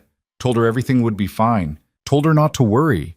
Told her all the things parents tell their children when the world is dangerous and we're pretending it's not." Ethan's voice cracked slightly. "My father used to tell me the same things, right up until his heart stopped and I had to figure out how to run his company while my daughter was still in diapers." "I'm sorry." "Don't be sorry. Help me make sure whoever killed him pays for it." Clara moved closer. "Professor Hernandez says we need direct evidence. Someone who was involved in the murders willing to testify. Medical records alone won't be enough." "So we find that person." "How?" Ethan was quiet for a moment, then, "The Whitmores use a private medical practice. Whitmore Family Health Services. Very exclusive, very discreet. My father was a patient there, that's how I know about it. They handle everything for wealthy families. Regular checkups, executive physicals, house calls." Understanding dawned cold in Clara's stomach. "House calls?" "They'd have access to patients in their homes, privacy, no witnesses, and complete medical records showing what they're supposed to do versus what they actually did. Getting access to those records would require a warrant, which requires probable cause, which we don't have yet." "No, but we have something else." Ethan pulled out his phone and showed Clara a text message. "This came in 20 minutes ago. Anonymous number, no way to trace it." Then Clara read the message. If you want to know what really happened to your father, look at Dr. Patricia Chen's patient logs from 2 years ago, specifically the house call the day before he died. It's a trap, Clara said immediately. Probably, but what if it's not? What if someone inside the Whitmore operation is ready to break? Then they'd come forward directly, not send cryptic texts. Unless they're scared, unless they're testing to see if we're serious before they risk everything. Clara looked at the message again. Something about it felt wrong, but she couldn't pinpoint what. We should tell Professor Hernandez, she said. Get her advice before we do anything. Already sent it to her. She said the same thing you did. Probably a trap. But she also said if there's even a chance someone's trying to help us, we should pursue it carefully. How carefully? Carefully enough that we don't walk into an ambush. Carefully enough that we document everything. Carefully enough that if this is real, we can protect the source. Ethan met her eyes. I want you to come with me tomorrow. We're going to Whitmore Family Health Services. We're going to request my father's complete medical records, and we're going to see if Dr. Patricia Chen will talk to us. She won't. If she's involved, she'll deny everything. If she's not involved, she'll have no idea what we're talking about. Then we'll know it was a trap. But Clara, I have to try. If there's any chance at all, that I can prove what they did to my father, I have to take it. Clara understood.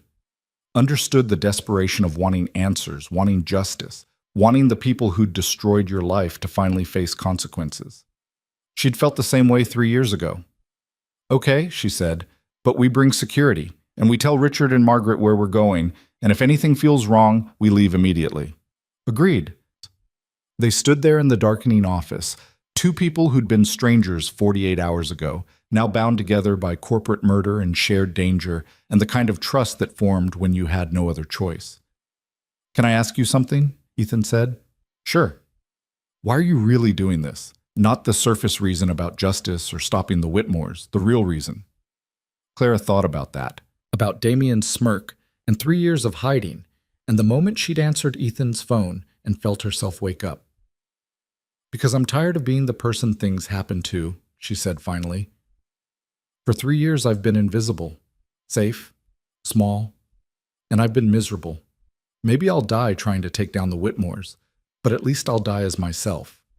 Ethan nodded slowly. My father used to say the same thing, that he'd rather fail as himself than succeed as someone else's puppet. Sounds like a good man. He was, which is why I'm going to prove they murdered him, whatever it takes.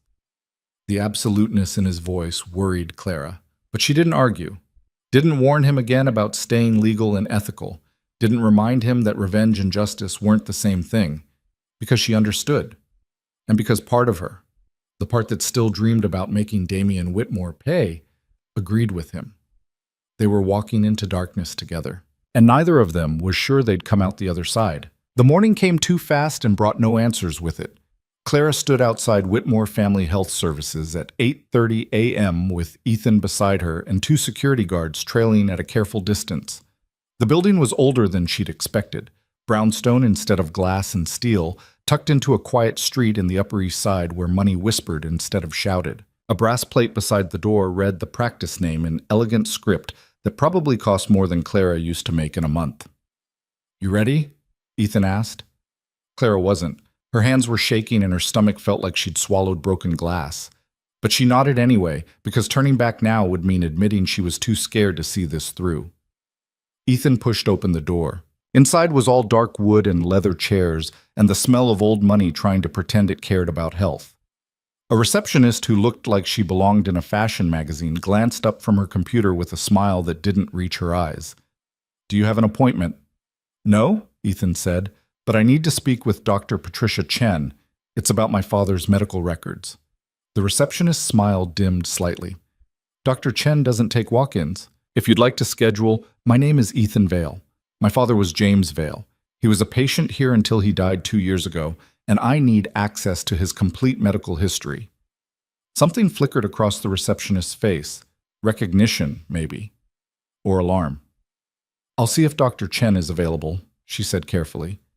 Please wait here. She disappeared through a door behind her desk, leaving Clara and Ethan standing in a waiting room that felt more like a museum than a medical office. Abstract art on the walls. Coffee table books about wellness and longevity. Not a single other patient visible anywhere. "This place gives me the creeps," Clara muttered. "It's supposed to. Exclusive means intimidating, makes rich people feel special." Ethan was scanning the room with the careful attention of someone looking for exits and cameras and anything that might be a threat. The receptionist returned 5 minutes later.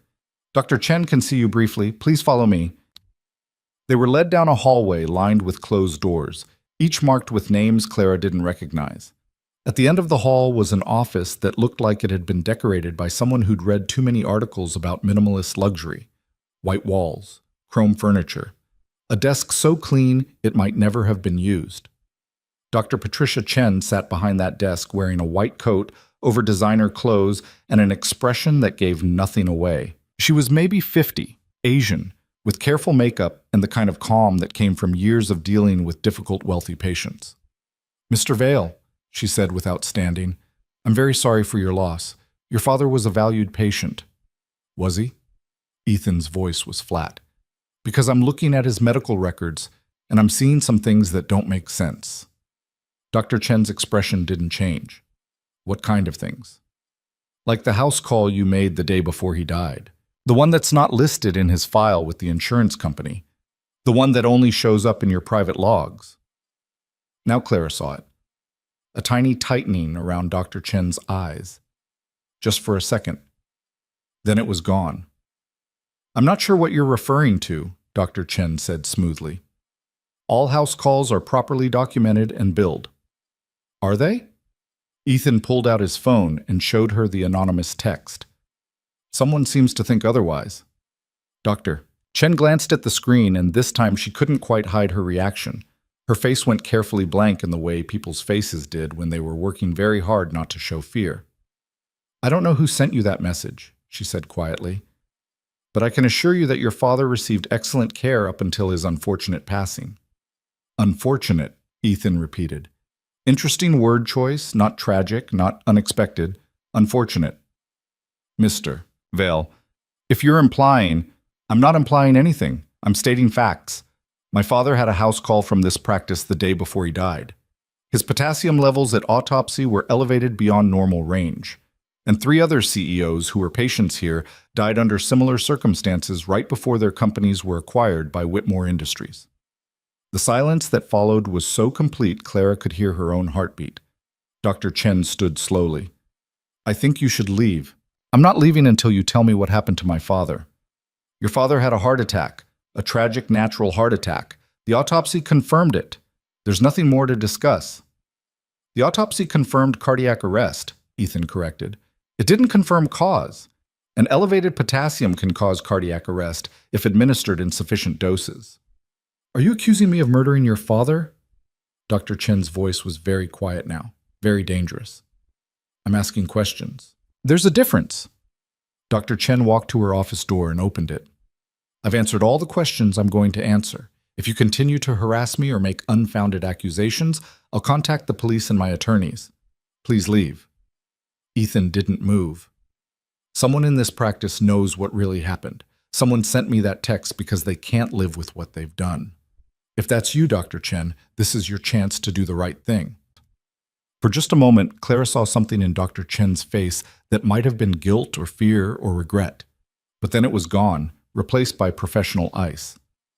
"Get out," Dr. Chen said. "Now." Ethan looked at Clara. She nodded slightly. They'd pushed as far as they could. Any further, and they'd cross into territory that could be used against them later. They walked back down the hallway in silence, past the receptionist who was very deliberately not looking at them, out into morning sunlight that felt too bright after the darkness of that office. "She knows," Ethan said once they were back on the street. "Did you see her face when I showed her the text?" "I saw someone who's terrified," Clara said. "Question is whether she's terrified of us, or of whoever sent that message, or of the Whitmores themselves. All 3, probably." Ethan pulled out his phone. "I'm calling Richard. We need to document this conversation while it's fresh. And we need to figure out who sent that text and why." He walked a few steps away, already talking rapidly to Richard. Clara stood on the sidewalk feeling the weight of what they'd just done settle over her. They'd confronted a doctor in her own office, accused her of murder, and walked away with nothing but confirmation that someone in that building was hiding something. Not exactly a victory. Her phone buzzed. Unknown number. She almost didn't answer. Then she thought about the anonymous text to Ethan and decided she couldn't afford to ignore anything. Hello? Clara Bennett? The voice was female, older, shaking slightly. You were just at Whitmore Family Health Services. Clara's blood went cold. Who is this? Someone who made a terrible mistake and doesn't know how to fix it. A pause. Dr. Chen isn't the one you want. She follows orders. You need to look higher. Higher where? Marcus Whitmore personally approves all high-value house calls, signs off on medications, reviews outcomes. If something happened to James Vale, Marcus knew about it, planned it, paid for it. Clara was frantically gesturing at Ethan, mouthing, "Record this." He pulled out his phone and started capturing the audio. How do you know this? Clara asked. Because I'm the office manager. I process the billing. I see what gets documented and what doesn't. I've been seeing it for 3 years, and I kept my mouth shut because I was scared. But I can't anymore. I can't keep watching them kill people. Are you the one who sent the text to Ethan Vale? Yes, I thought if he knew where to look, if he asked the right questions, maybe it would be enough. But Dr. Chen won't talk. She's too afraid. They own her. Who owns her? The Whitmores. They have something on her. I don't know what. But she does exactly what Marcus tells her and never asks questions. Clara's mind was racing. We need you to testify. We need you to tell prosecutors what you just told me. I can't. They'll kill me. You don't understand what they're capable of. I understand perfectly. They destroyed my life 3 years ago for getting in their way. But we can protect you. No one can protect me from the Whitmores. You're naive if you think otherwise. The woman's voice cracked. I'm calling because I can't live with this anymore. Because every time I process another house call billing, I wonder if I'm helping them kill someone else. But I can't be your witness. I have a family. I have children. Then give us something we can use. Documents, recordings, proof that connects Marcus Whitmore to these deaths. Everything's electronic. Everything's encrypted. And I don't have access to the medical files, only the billing records. Billing records can be enough. They show patterns, frequencies, who authorized what. They'll know it came from me. I'm the only one who sees those records besides Dr. Chen and Marcus. Clara closed her eyes, thinking fast. What if we got a warrant? What if prosecutors subpoenaed the records so it doesn't look like you leaked anything? You can't get a warrant without probable cause. And you can't establish probable cause without evidence. You're stuck in a loop. Then help us break the loop. Give us one piece of evidence, just one, that we can use to justify a warrant. The silence on the other end lasted so long Clara thought the woman had hung up. Then, James Vale's house called the day before he died. The billing code used was for a standard executive wellness check, but the actual service provided was listed internally as cardiac intervention. That's not wellness. That's treatment for an active heart condition. Clara's hand tightened on her phone. But James Vale didn't have a heart condition. Exactly. So why would we bill for cardiac intervention? Unless the intervention itself caused the cardiac event. Can you send us a copy of that billing record? I can't send you anything without leaving a digital trail, but if you file a formal medical records request through the estate, it'll have to include all billing documentation. They can't hide it without committing fraud. And if we file that request, they'll know we're looking. They already know. You just walked into Dr. Chen's office and accused her of murder. You think that's not going to get back to Marcus within the hour? The woman was right. Clara felt stupid for not thinking it through. Is there anything else you can tell us? Clara asked. Any other deaths you remember? Any patterns? 3 in the last 2 years, James Vale, Michael Howell, Thomas Fisher. All cardiac events following house calls coded as wellness checks, but documented internally as interventions. The woman's voice dropped to barely a whisper. And there's one more scheduled for next week, a CEO named David Morrison. His company's been in acquisition talks with Whitmore Industries for 6 months. Same pattern, same setup. Clara felt sick. They're going to kill him. Unless someone stops them. Which is why I'm calling you. But I can't do more than this. I can't testify. I can't give you documents. I can't put myself in their crosshairs. We need your name. If we're going to file records requests, if we're going to build a case, Sarah Kim. But if you ever tell anyone I called you, I'll deny it. I'll say you're lying. I'll destroy any credibility you have. Understood. Thank you for... The line went dead.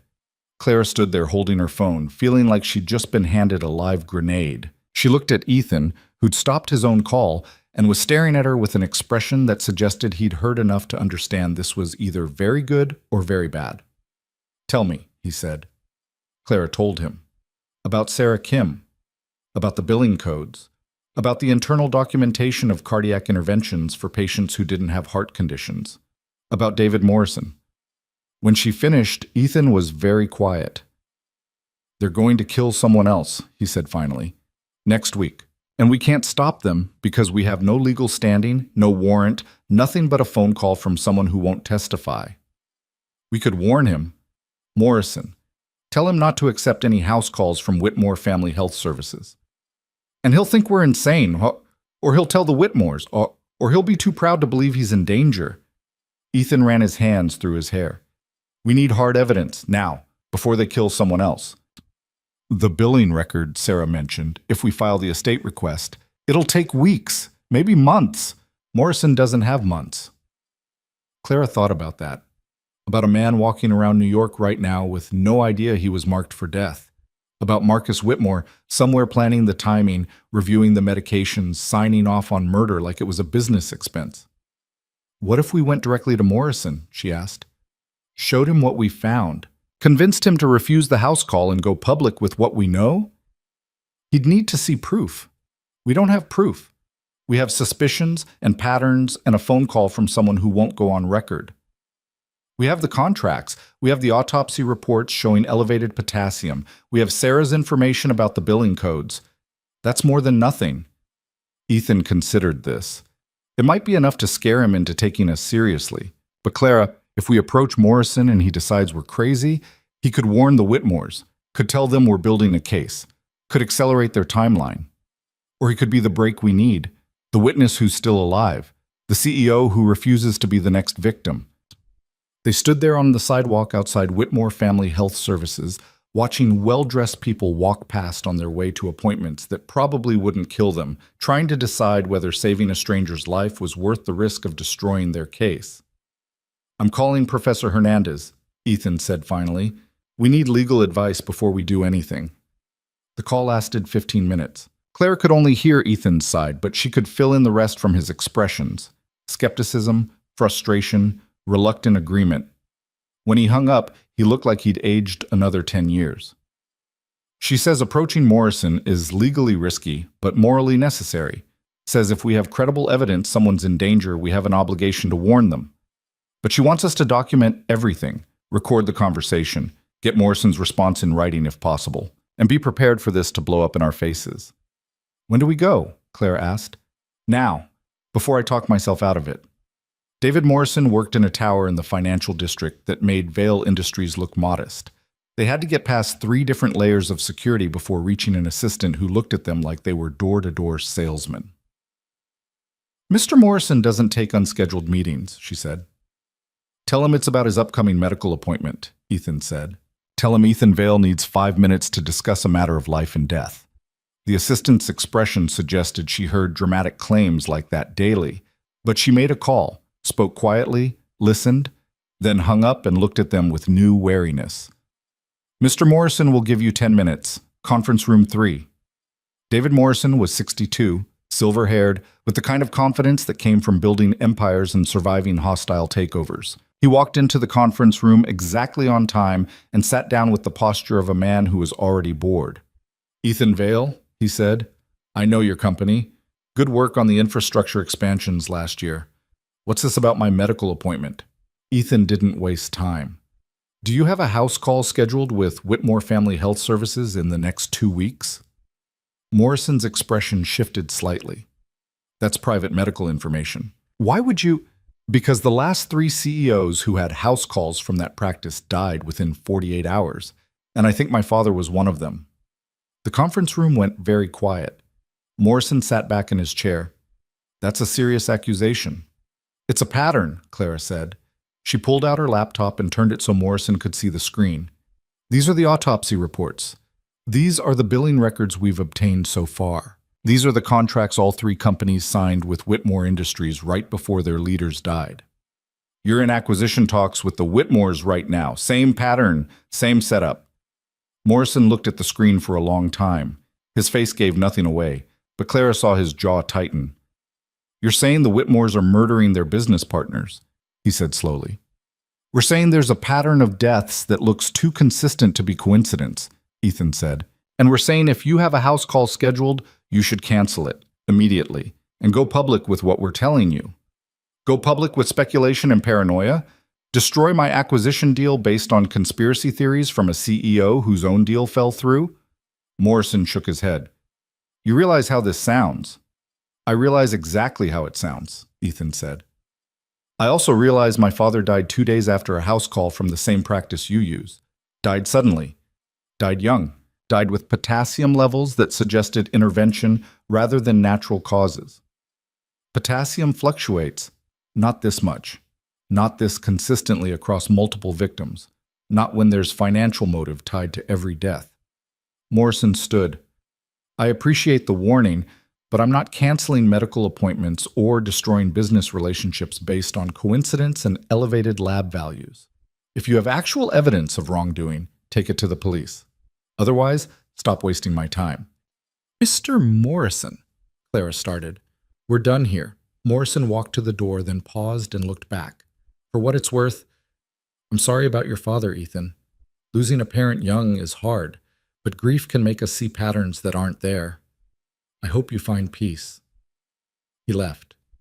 Clara and Ethan sat in the conference room staring at the closed door. He's not going to listen, Clara said quietly. No, he's going to have his house call. He's going to die. And we're going to have known it was coming and been unable to stop it. We tried. Not hard enough. Ethan grabbed his phone. I'm calling the police, filing a report, getting this on record. They won't do anything. Morrison said it himself. We have speculation, not evidence. Then we get evidence. We break into that medical practice. We steal the files ourselves. We do whatever it takes. Ethan, no. Clara grabbed his arm. That's illegal. That would destroy any case we could build. That would let the Whitmores paint us as criminals and use it to discredit everything we found. So we just watch Morrison die? We document everything. We build the case. And when Morrison dies, if he dies, we use it as proof. We show the pattern one more time.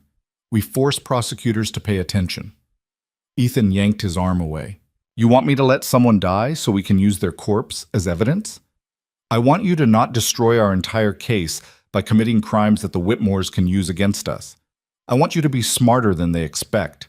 I want you to win, Ethan, not just fight. He stared at her. You sound like my father. He was always talking about winning the long game, playing chess while everyone else played checkers. And look where it got him, dead at 58 with potassium in his veins. Your father didn't know what he was fighting. We do. That's the difference. Ethan was quiet for a long moment. Then he sat back down, hard, like all the fight had drained out of him. I hate this, he said quietly. I hate knowing what's coming and being powerless to stop it. We're not powerless. We're just not powerful enough yet. But we're building that power. Every contract we analyze, every connection we find, every piece of evidence we gather, we're building the case that's going to destroy them. And if Morrison dies while we're building it, then we make sure he's the last one. We use his death to force the investigation they've been avoiding. We turn his tragedy into their downfall. Clara hated how cold that sounded, hated the calculation in her own voice. But she'd learned 3 years ago that fighting powerful people required becoming someone harder than the person you used to be. They left Morrison's building and headed back to Vail Industries in silence. The security guards followed at their careful distance. The city moved around them with its usual indifference. And somewhere across town, Marcus Whitmore was probably getting reports about their visit to Dr. Chen, their call to Morrison, their increasingly desperate attempts to expose what they couldn't yet prove. Clara's phone rang. Professor Hernandez. I heard about Morrison, she said without preamble. Richard filled me in. You did the right thing warning him even if he didn't listen. Doesn't feel right, Clara said. It never does. But Clara, I've been making calls, reaching out to contacts at the DA's office, the FBI's white-collar crime division, anyone who might have jurisdiction over this kind of systematic fraud. And I'm getting pushback. What kind of pushback? The Whitmores have friends in every agency that matters. They've donated to every campaign, funded every charity, built relationships with every prosecutor who could possibly investigate them. No one wants to take this case. No one wants to go after a family that powerful without absolutely bulletproof evidence. We're gathering evidence, I know, but it might not be enough. Claire, you need to prepare for the possibility that even with everything you're finding, this doesn't lead to prosecution. That the system protects them because the system was built by people like them. Clara felt something hard and cold settle in her chest. Then what was the point? Why are we doing this if it doesn't matter? It matters, Professor Hernandez said firmly. Even if prosecutors won't act, we can still expose them. Public pressure, media coverage, shareholder lawsuits. There are ways to destroy powerful people that don't require criminal conviction. That's not justice. No, but it might be the best we can get. And Clara, be careful. The closer you get to proving what they've done, the more dangerous you become to them. Watch your back. The call ended. Clara relayed the conversation to Ethan as they rode the elevator back up to his office. By the time they reached the 47th floor, his expression had gone from exhausted to something darker. If the system won't give us justice, he said, we'll get it ourselves. What does that mean? It means I have resources they don't expect, connections they don't know about, ways to hurt them that don't require prosecutors or courts or playing by rules they've already rigged. Ethan, I'm not talking about violence. I'm talking about money, leverage, pressure. I can't put them in prison, but I can destroy their business, burn their reputation, make them toxic to every partner and investor they have. Clara wanted to argue, wanted to tell him that revenge and justice were different, that becoming the thing you fought made you just as bad. But she was tired and scared and starting to think that Professor Hernandez was right, that the system was never going to hold the Whitmores accountable because the system was designed to protect people exactly like them. What do you need from me? She asked instead. Ethan looked at her with something that might have been gratitude or relief or shared understanding that they'd both crossed a line they couldn't uncross. Keep building the case, he said. Keep documenting everything, because even if prosecutors won't use it, the public will. And when we're ready, when we have enough to bury them in the court of opinion, we're going to burn the Whitmore empire to the ground and salt the earth so nothing grows back. Clara nodded. They spent the rest of the day working in grim silence, each lost in their own thoughts about justice and revenge and the thin line between fighting monsters and becoming one. And somewhere across the city, David Morrison was scheduling his house call, trusting the system that had never failed him, walking toward a death that Clara and Ethan could see coming but couldn't stop. The weight of that knowledge sat heavy in the room. Heavier still was the certainty that when Morrison died, and he would die, there would be no going back, no more playing by rules, no more trusting the system, just war. Cold and calculated and final. Clara looked at the evidence spread across her desk and wondered if she'd recognize herself when this was over. Wondered if the person who'd answered a phone 2 days ago would recognize the person she was becoming. Wondered if it mattered. The sun set outside the windows, and the city lit up with a million points of light, each one hiding its own darkness. Clara kept working. There was nothing else to do. David Morrison died on a Thursday. The news broke at 6 a.m. while Clara was staring at her coffee maker and trying to convince herself that sleep deprivation was just another form of discipline. Her phone lit up with the alert. Local business news, the kind of sanitized reporting that turned tragedy into transaction. Prominent CEO found dead in his home. Apparent heart attack. Survived by wife and 3 children.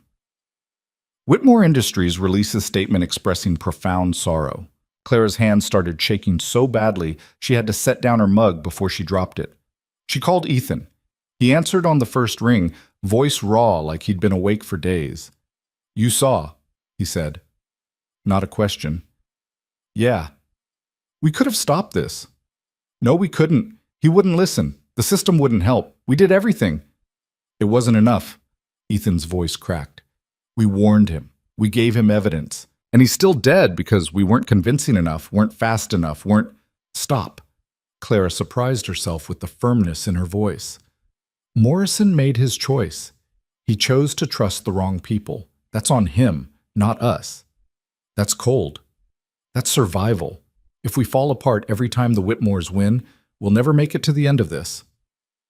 Silence on the other end. Then, I'm going to his house. I need to see what happened. Ethan, that's a crime scene. You can't just watch me. He hung up. Clara stood in her tiny kitchen, feeling the last threads of control slipping through her fingers. She should call him back, talk him down, remind him that grief made people stupid, and stupid got people killed. Instead, she got dressed, grabbed her laptop, and headed for Morrison's address in Greenwich Village that she'd looked up 3 days ago and memorized without meaning to. She arrived to find news vans already circling like vultures and police tape blocking the brownstone entrance. Ethan's car was parked illegally across the street, and Ethan himself stood on the sidewalk arguing with a uniformed officer who looked about 2 seconds from calling backup. Just need 5 minutes to pay my respects. Sir, this is an active investigation. Family only. Please step back. Clara walked up before Ethan could do something that got him arrested. Officer, I'm sorry. My friend just lost someone very close to him. We'll wait across the street. She grabbed Ethan's arm and pulled him away before he could argue. The officer watched them go with obvious relief. What are you doing here? Ethan asked once they were out of earshot. Stopping you from getting yourself arrested for obstruction. What were you planning to do exactly? Break into a crime scene and contaminate evidence? I was planning to see if they did the same thing to him they did to my father. Check for injection sites. Look for potassium chloride bottles. Find something they missed. The police have already processed the scene. Whatever evidence exists, they either found it or it's gone. Unless the Whitmores own the cops processing the scene.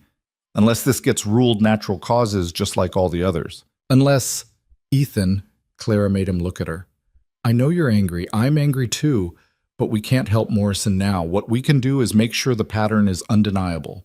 Make sure when we finally expose this, his death means something. Ethan stared at the brownstone like he could see through the walls to whatever horror was inside. They killed him, right on schedule, exactly like we said they would, and nobody cares. We care, that's enough to start with. A black town car pulled up to the police tape, and Clara's stomach dropped when she recognized the man who stepped out. Marcus Whitmore himself, silver-haired and immaculate in a charcoal suit, moving toward the police line with the confidence of someone who owned everything, including the crime scene. What the hell is he doing here? Ethan's voice was pure venom. Clara watched Marcus speak to one of the officers, watched them nod and step aside, watched him walk through the police tape like it was a suggestion rather than a barrier. Paying his respects, she said bitterly, or making sure the cleanup went according to plan. Ethan started forward. Clara caught his arm. Don't. Whatever you're thinking, don't. I'm thinking that murderer is standing 30 feet away and I could what? Attack him in front of a dozen cops and news cameras? Give him exactly the excuse he needs to paint you as unstable and destroy your credibility before we even get started? Ethan's jaw worked. Every muscle in his body screamed violence.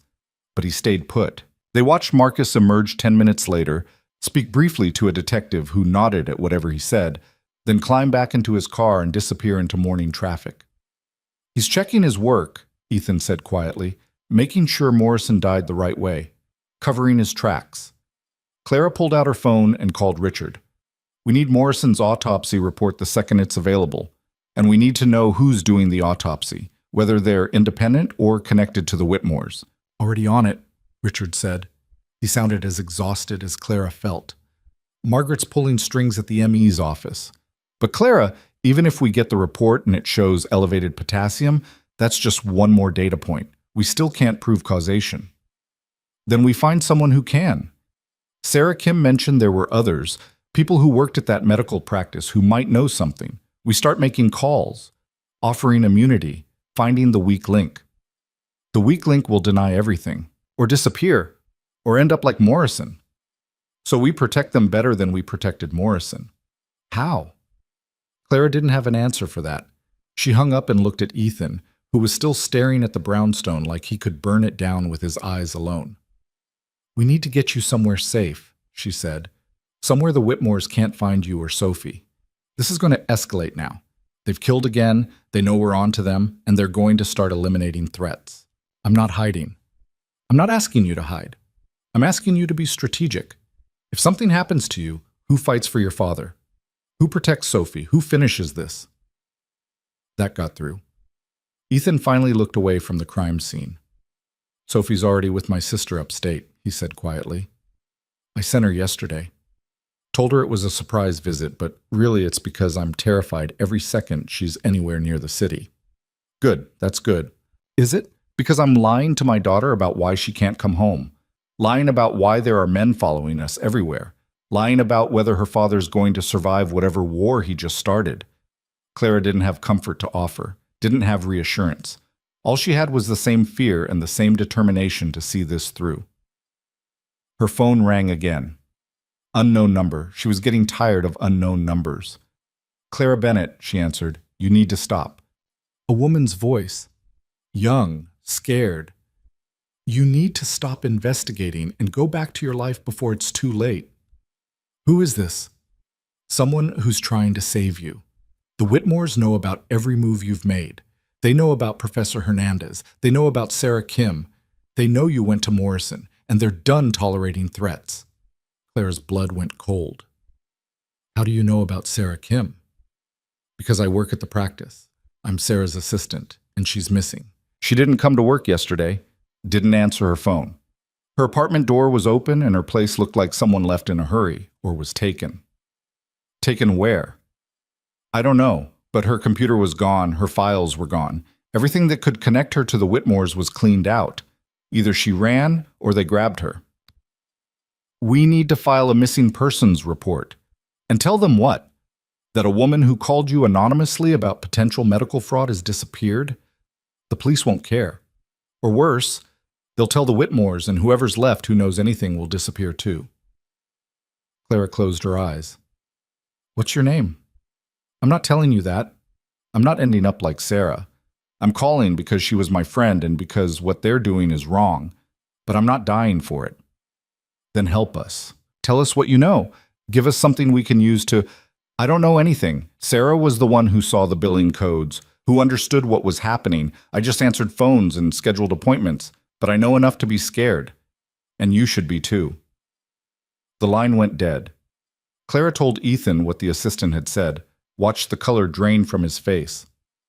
They took her, he said. They knew she talked to us and they took her. We don't know that. Maybe she ran. Maybe she's somewhere safe. Do you believe that? Clara didn't answer. They drove back to Vail Industries in silence that felt like a funeral. The security guards followed in a second car, more visible now, less subtle. The Whitmores had stopped pretending this was business. Now it was war, and casualties were piling up. Richard and Margaret were waiting in the conference room with Professor Hernandez on video call.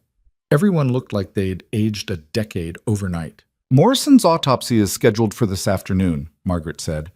We have a contact at the ME's office who'll flag any anomalies, but even if it shows potassium elevation, it won't matter because we can't prove injection versus natural causes, Clara finished. I know, we've been over this. Then what's the plan? Richard asked. Because right now we have 4 bodies, 1 missing witness, and enough circumstantial evidence to maybe write a compelling news article, but nowhere near enough to convince prosecutors to move. Professor Hernandez spoke from the screen. I've been reaching out to every contact I have in federal law enforcement. Most won't touch this. But I found one prosecutor, Assistant U.S. Attorney named Jennifer Park, who's interested. She's been looking at the Whitmores for years, trying to find something that sticks. She wants to meet with you. When? Ethan asked. Tomorrow. But she's going to want more than patterns and theories. She's going to want proof of intent, proof of mechanism, proof that ties Marcus Whitmore directly to these deaths. We don't have that. Then get it. You have maybe 48 hours before the Whitmores either destroy the remaining evidence or eliminate everyone who could testify. Find me something concrete or this whole investigation dies with Morrison. The video call ended. Clara stared at the blank screen, feeling the weight of impossible expectations crushing down. They needed proof they didn't have, needed witnesses who kept disappearing, needed a system that didn't want to help to suddenly care about justice. There's one person who might talk, she said slowly. One person who's been there for all of it.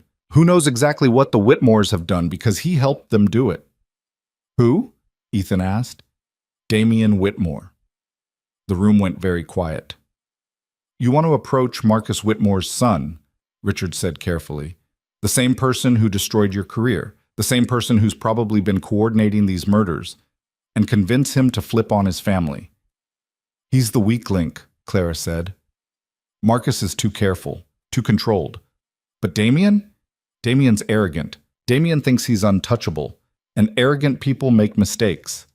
Or arrogant people destroy anyone who challenges them, Margaret countered. Clara, approaching Damien is suicide.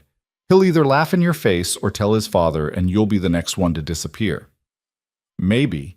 But what choice do we have? We're running out of time and witnesses and options. If we're going to make a move, it has to be big, and it has to be now.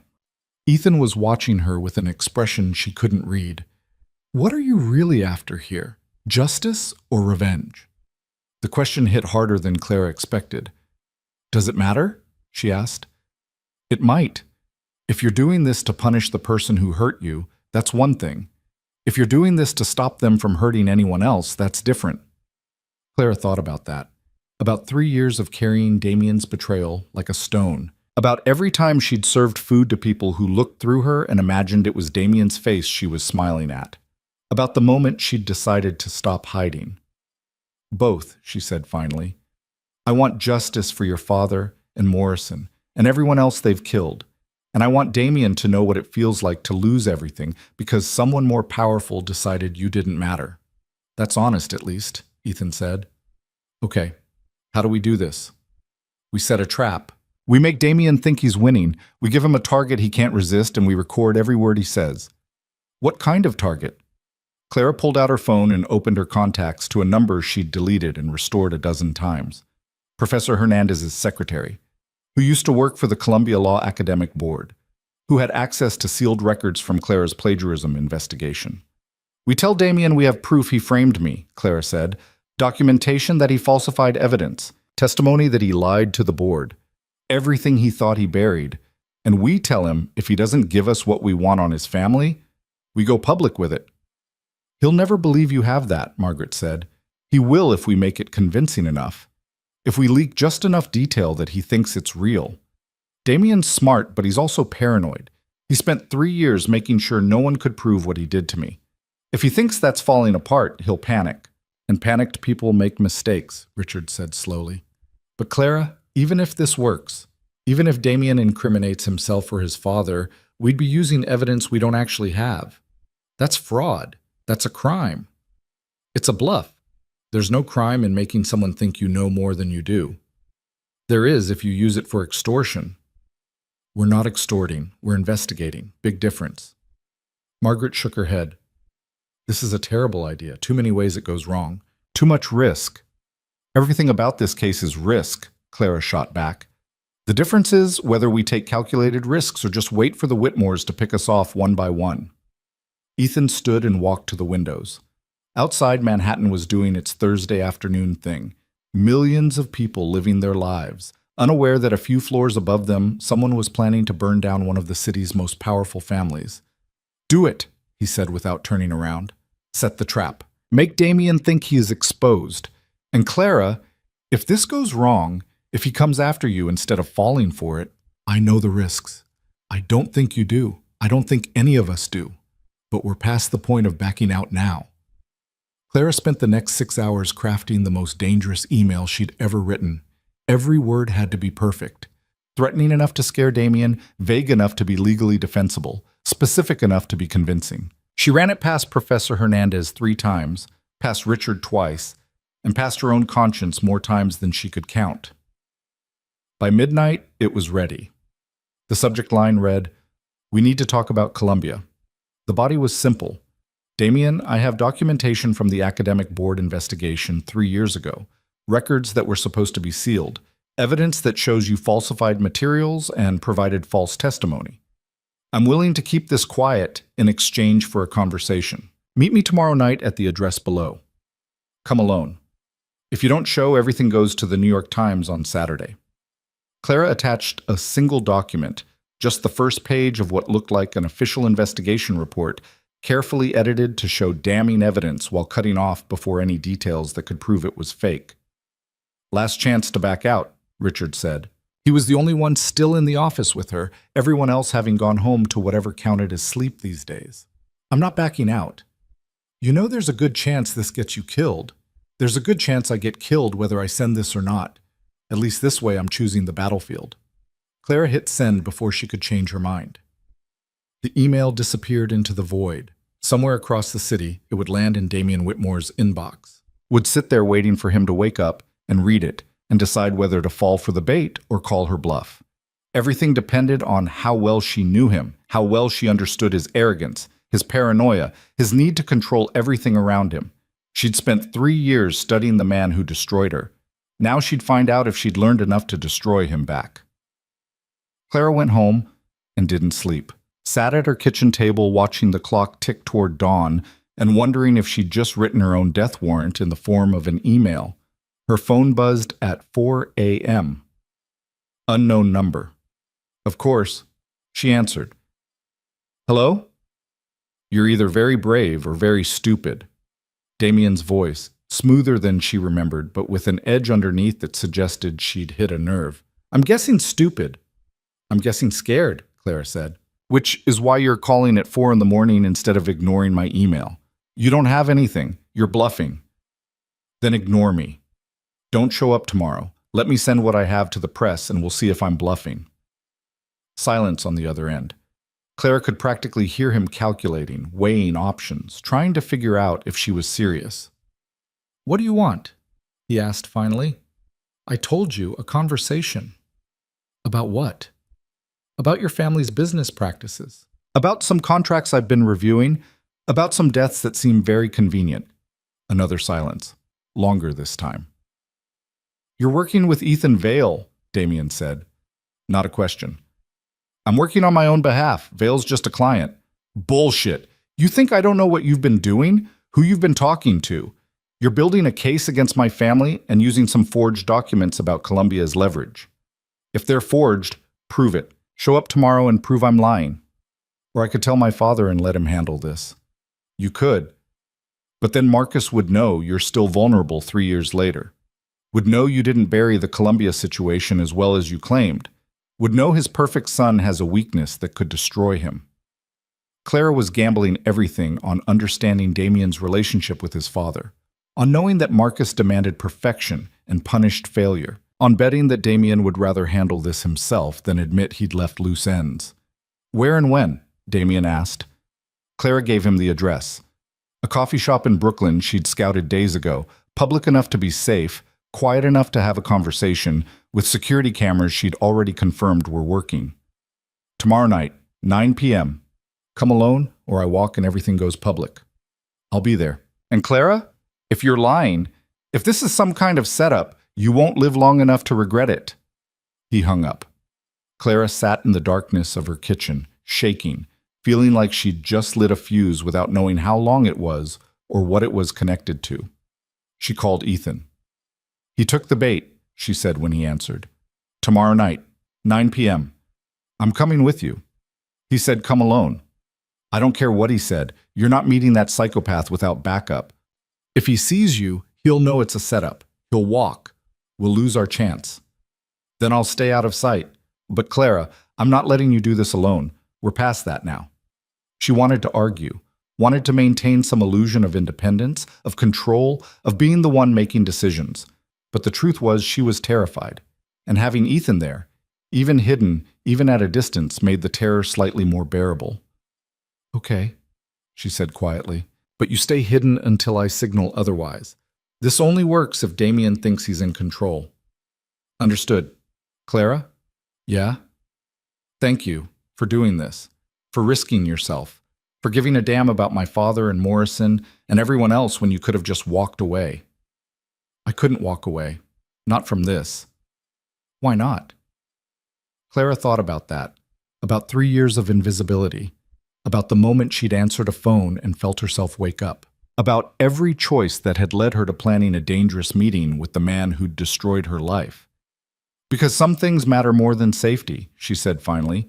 Some fights are worth having even when you know you'll probably lose. She hung up before Ethan could respond and sat alone in her kitchen waiting for dawn. Tomorrow night, she'd face Damian Whitmore and either expose everything or die trying. Either way, the hiding was over. The silence in her apartment wasn't peaceful anymore. It was the silence before an explosion. And Clara was standing right at the center of the blast radius, holding the detonator, waiting to see if courage and desperation were enough to bring down an empire. Outside her window, the city started waking up. One more day until everything changed. One more day to prepare. One more day to be afraid and do it anyway. Clara made coffee and started planning exactly how to survive the conversation that might kill her. The coffee shop in Brooklyn was exactly the kind of place where people went to disappear into their laptops and pretend the world outside didn't exist. Clara arrived 45 minutes early, ordered something she wouldn't drink, and claimed a table near the back with clear sight lines to both entrances and the street outside. Ethan was somewhere across the street in a parked car with Richard and 2 security guards. They had recording equipment, cameras, a direct line to Professor Hernandez and Assistant U.S. Attorney Jennifer Park, both standing by in case this went sideways fast. Clara wore a wire taped to her ribs that itched and made her hyper-aware of every breath. Her phone sat on the table in front of her, recording app already running, disguised as a music player. Everything Damian said would be documented, preserved, ready to be used against him. If he showed up, if he didn't just have her killed in the parking lot, if this wasn't the stupidest thing she'd ever done. At 8:55 p.m., Damian Whitmore walked through the door. He looked exactly like Clara remembered. 33, expensively dressed in casual clothes that probably cost more than her monthly rent used to be, with the kind of face that made people trust him right up until he destroyed them. Handsome in a polished way. Confident in a way that came from never experiencing real consequences. He spotted her immediately, smiled like they were old friends meeting for catch-up, and walked over with the relaxed posture of someone who owned every room he entered. "Clara Bennett," he said, sliding into the chair across from her. "It's been a while. You look different. Waitressing suits you better than law school did." The casual cruelty landed exactly as he'd intended. Clara felt the old shame rise up, hot and familiar, the instinct to shrink and apologize and disappear. She pushed it down. "You look the same," she said evenly. "Still smug. Still playing games you think you've already won." Damian's smile widened. "I have won 3 years ago and again today. You think showing up with some forged documents changes anything? You're still the girl who got expelled for plagiarism. Still nobody. Still powerless." "I wasn't expelled. I was cleared. After the damage was done. After your reputation was destroyed. After everyone who mattered stopped taking you seriously." He leaned back in his chair, completely at ease. "That was the point, Clara. Not the charges. The suspicion. The doubt. Once that seed is planted, it never really goes away." "You're right about that," Clara said. "Which is why I'm here. Because I'm done letting you control the narrative." "What narrative? The one where you're a failed law student who got caught cheating and spent 3 years hiding in food service? That's not a narrative. That's just what happened." Clara pulled out her phone and opened a file, the fake investigation report she'd sent him, expanded now with additional fabricated pages that looked official enough to pass casual inspection. "Here's a different narrative," she said.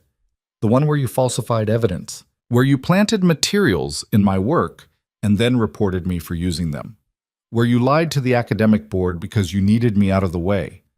Damian glanced at the phone screen without touching it. "That's fiction." "Is it? Because I have testimony from Professor Hernandez confirming the timeline doesn't match your story. I have access logs showing you were in the library systems when you claimed to be studying alone. I have your practice exams, the ones you said I stole, with metadata showing they were created after you accused me." Most of that was lies wrapped around tiny pieces of truth, but Clara delivered it with enough conviction that she saw Damian's expression flicker for just a second. "You're bluffing," he said, but he didn't sound certain anymore. "Then call my bluff. Let me publish this and see what happens. See if Columbia reopens the investigation. See if your father still thinks you're the golden child when the family name gets dragged through academic fraud hearings." "My father doesn't care about Columbia. Your father cares about reputation, about control, about making sure the Whitmore name stays pristine." Clara leaned forward. "How do you think he'll react when he finds out his son is still vulnerable 3 years later? That you left evidence lying around that could expose you? Damien's jaw tightened. There it was, the crack in the facade, the fear of disappointing Marcus Whitmore that drove everything Damien did. "What do you want?" he asked quietly. "I want you to tell me about your family's business practices, about the contracts you helped design, about the companies you've helped destroy." "I don't know what you're talking about." "Whitmore Industries, joint ventures with predatory clauses, liquidation triggers, arbitration control. You were in my contract law class, Damien. You know exactly what I'm talking about because you helped write those clauses. That's business, legal business. It's fraud. Systematic fraud designed to trap partners and steal their assets. And it's connected to something worse." Damien went very still. "Meaning what?" Clara pulled up another file on her phone. Morrison's obituary, James Vale's autopsy report, the list of CEOs who died right before Whitmore takeovers. 4 deaths in 2 years, she said. All heart attacks. All following house calls from Whitmore Family Health Services. All with elevated potassium levels that suggest injection rather than natural causes. "You're insane." "Am I? Or am I connecting dots that everyone else has been too scared to connect? Your family kills their business partners, Damien. They trap them with contracts and then eliminate them when it's convenient. And you've been helping them do it." "I haven't killed anyone." Damien's voice was sharp now, defensive. "Whatever you think you know, I know Marcus controls the medical practice. I know he approves house calls personally. I know Dr. Chen follows his orders without question. And I know you helped design the contracts that made these takeovers possible after the deaths. Helping with contracts isn't murder. No, but conspiracy to commit murder is.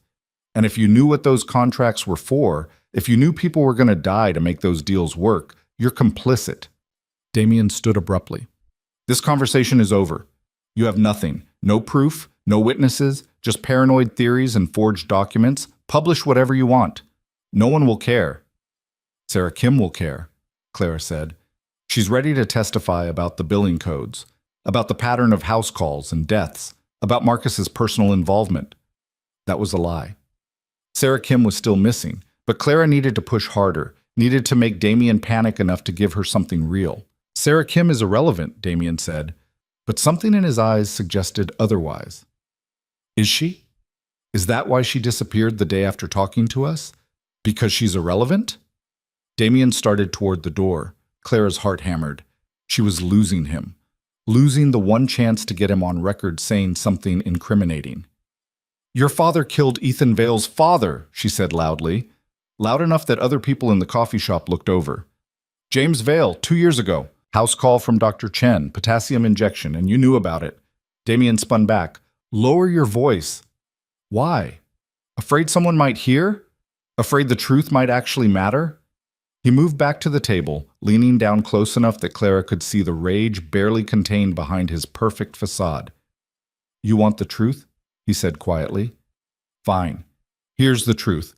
My father is a businessman. He makes deals. Sometimes those deals benefit from unfortunate timing. Sometimes competitors have health problems. Sometimes life is just unfair. None of that is illegal. None of that is murder. It's just the way the world works. Convenient deaths aren't just timing. They're planned, executed, covered up." "Prove it." "Oh, wait. You can't. Because you're a waitress with a grudge and some circumstantial evidence that doesn't mean anything." "It meant enough to scare you into showing up tonight." Damien smiled, but there was nothing warm in it. "I showed up because I wanted to see if you'd really grown a spine in the last 3 years. Wanted to see if you'd actually follow through or if you'd fold the second I called your bluff." He straightened. "You folded, just like I knew you would. Enjoy your coffee, Clara. Enjoy your little fantasy about bringing down my family. And when you're done playing detective, go back to serving food. It's all you're good for." He walked toward the door. Clara's hands were shaking so badly she could barely hold her phone. This was it. The moment where she either let him walk away or committed to something she couldn't take back. "I have recordings," she called after him. "From tonight, from this conversation. You admitting your father benefits from deaths. You admitting there's a pattern. I have it all recorded and it's already uploaded to servers you can't touch." Damien stopped, turned slowly. "You're recording me?" His voice was very quiet now, very dangerous. "Every word." And before you threaten me or try to grab my phone, know that Ethan Vale is across the street with security and lawyers and a federal prosecutor who's very interested in everything you just said. Clara was gambling everything on the wire working, on the recording being clear enough, on Damien's admission being damning enough to matter. Damien walked back to the table, sat down, looked at Clara with an expression that mixed calculation and something that might have been respect. "You set me up," he said. "I gave you a chance to tell the truth. You chose to incriminate yourself instead." "I didn't admit anything. I made vague statements about business practices and unfortunate timing. No prosecutor would touch that.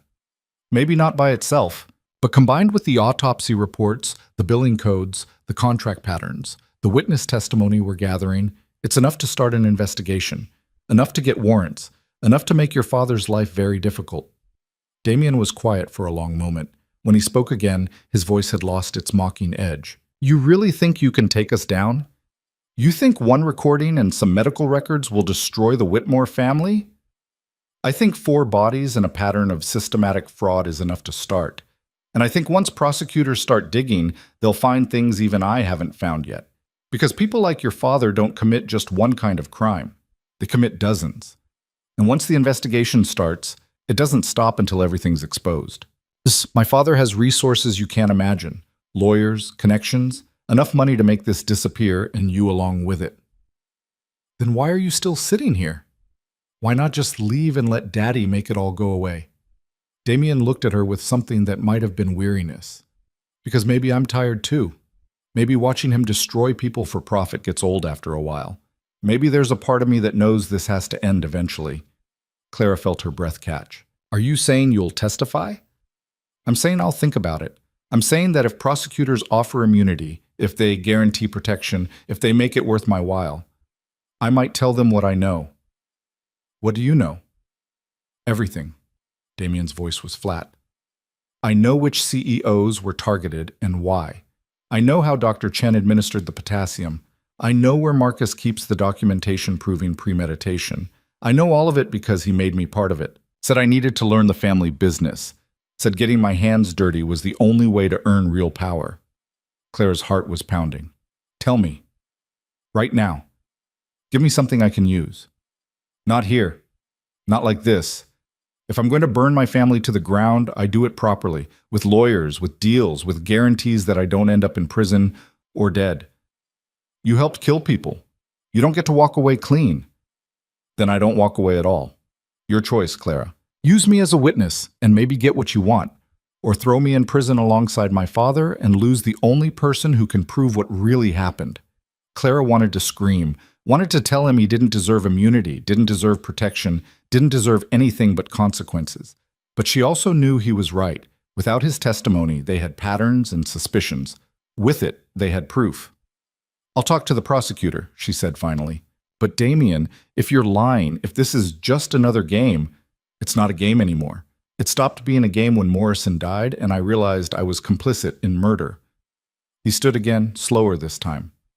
"You wanted the truth? Here it is. My father is a killer. He's been killing for years, and I helped him because I was too weak to say no. But I'm done being weak. I'm done watching people die, so the Whitmore name stays powerful." He pulled out a business card and slid it across the table. "That's my lawyer. Have your prosecutor call him. We'll set up a meeting. I'll tell them everything." "Why should I believe you'll follow through?" "Because you destroyed me tonight, just like I destroyed you 3 years ago. Because you proved that I'm not untouchable. And because for the first time in my life, I'm more afraid of becoming my father than I am of disappointing him." Damien walked out of the coffee shop without looking back. Clara sat there shaking, staring at the business card, trying to process what had just happened. Her phone was still recording. The wire was still transmitting. Across the street, Ethan and Richard had heard everything. Her phone buzzed. Ethan. "Holy shit! Did that just happen? Did he just offer to testify?" Clara typed back, "I think so. I don't know if he'll actually follow through, but we have the recording either way." She picked up Damien's lawyer's card and walked outside. Ethan's car pulled up immediately, and she climbed into the back seat where Richard was already replaying the audio to make sure they'd captured everything. "This is good," Richard said, headphones half off his ears. "This is really good. He admitted knowledge of the pattern. Admitted his father's involvement. Admitted watching people die. He didn't admit direct participation, Clara said. Any lawyer could argue he was speaking hypothetically. But combined with everything else we have, the contracts, the autopsy reports, the billing codes, this gives prosecutors leverage, something to use when they approach him officially. Ethan was twisted around in the front seat, looking at Clara with an expression she couldn't quite read. You were incredible. The way you pushed him, made him think you had more than you did, got him talking. I got lucky. He was already on edge, already questioning whether this was worth it. You gave him permission to question it. You showed him there was another way. Ethan's voice was rough. That took guts. Clara felt tears threatening and pushed them back. What now? Now we call Jennifer Park, give her the recording, set up the meeting with Damien's lawyer, and we wait to see if he's serious or if this was just him buying time to plan our deaths. The next 72 hours were the longest of Clara's life. Jennifer Park, the assistant U.S. attorney, listened to the recording 3 times before speaking. Then she spent 6 hours on the phone with Damien's lawyer negotiating terms for proffer sessions, interviews where Damien would tell them what he knew in exchange for consideration on immunity. The first session happened in a federal building in Lower Manhattan with enough security to stop a small army. Clara wasn't allowed in the room, but she waited outside with Ethan while Damien spent 4 hours telling prosecutors everything. When the session ended, Jennifer Park emerged looking like she'd just been handed evidence of every crime she'd ever wanted to prosecute. He gave us Marcus, she said simply. Gave us Dr. Chen. Gave us the medical practice manager who's been helping cover tracks. Gave us documentation showing premeditation for 4 murders and conspiracy for 6 more that were planned but not executed. We have enough to bring charges, enough to get warrants, enough to tear the whole operation apart. What about Damien? Clara asked. What does he get? Immunity from murder charges in exchange for testimony. He'll plead to fraud and conspiracy. Probably serve 5 years minimum. But he won't die in prison for his father's crimes. It wasn't justice. Not really. Damien had helped kill people and he'd walk away with a fraction of what he deserved. But it was more than they'd had yesterday. When do you move on Marcus? Ethan asked. Tomorrow morning. Simultaneous raids on his home, his office, and the medical practice. We'll arrest him, Dr. Chen, and anyone else involved.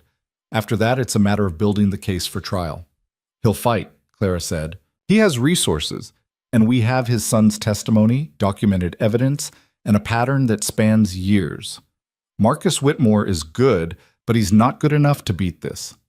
Jennifer Park looked at Clara directly. You did this. You found the pattern.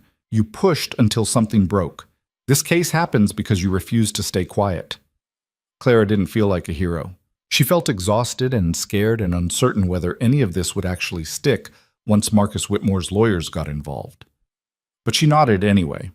The arrests happened at dawn. Clara watched the news coverage from Ethan's office.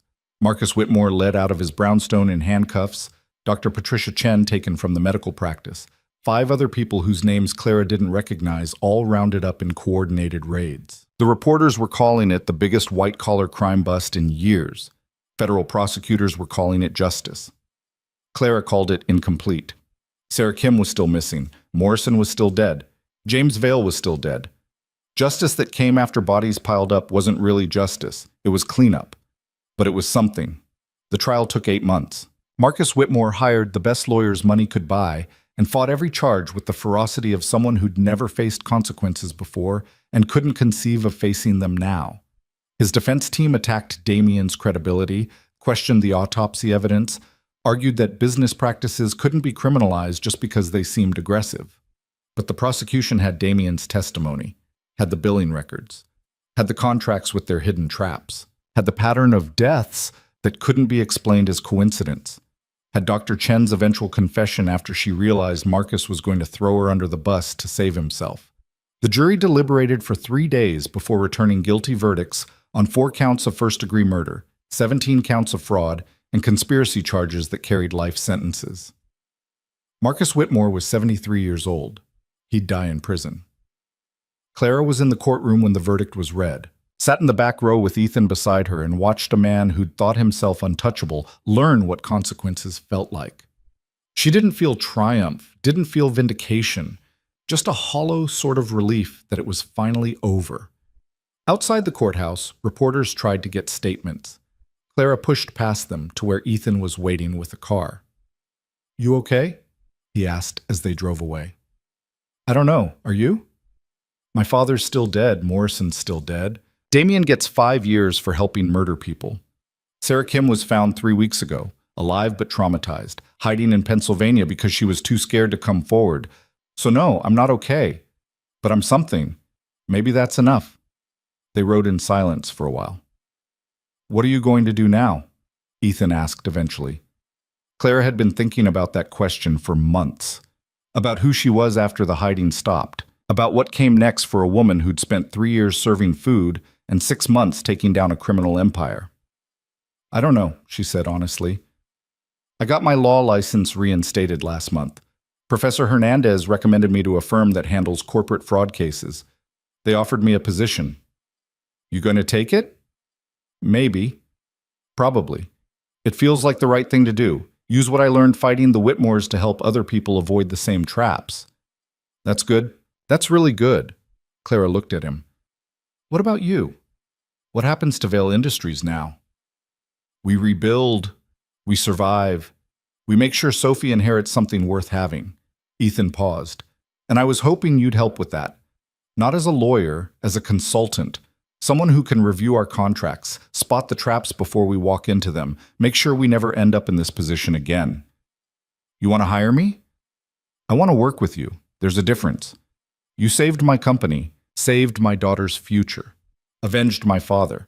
I figure that makes us partners in something, even if I'm not sure what to call it." Clara thought about that, about the strange bond formed between two people who'd been strangers a year ago and were now connected by corporate murder and shared trauma, and the particular kind of trust that came from surviving something terrible together. "Okay," she said, "but I'm not waitressing at your office Christmas parties." Ethan laughed. Actually laughed. For the first time in months. Deal. 6 months after the verdict, Clara stood in Ethan's office at what had become their weekly strategy meeting. Sophie was there too, 6 now, perched on her father's desk and coloring while the adults talked about contract structures and risk assessment. "Miss Clara," Sophie said without looking up from her drawing, "can I ask you something?" "Sure, sweetheart. My dad says you helped catch the bad people who hurt my grandpa. Is that true?" Clara glanced at Ethan, who nodded slightly.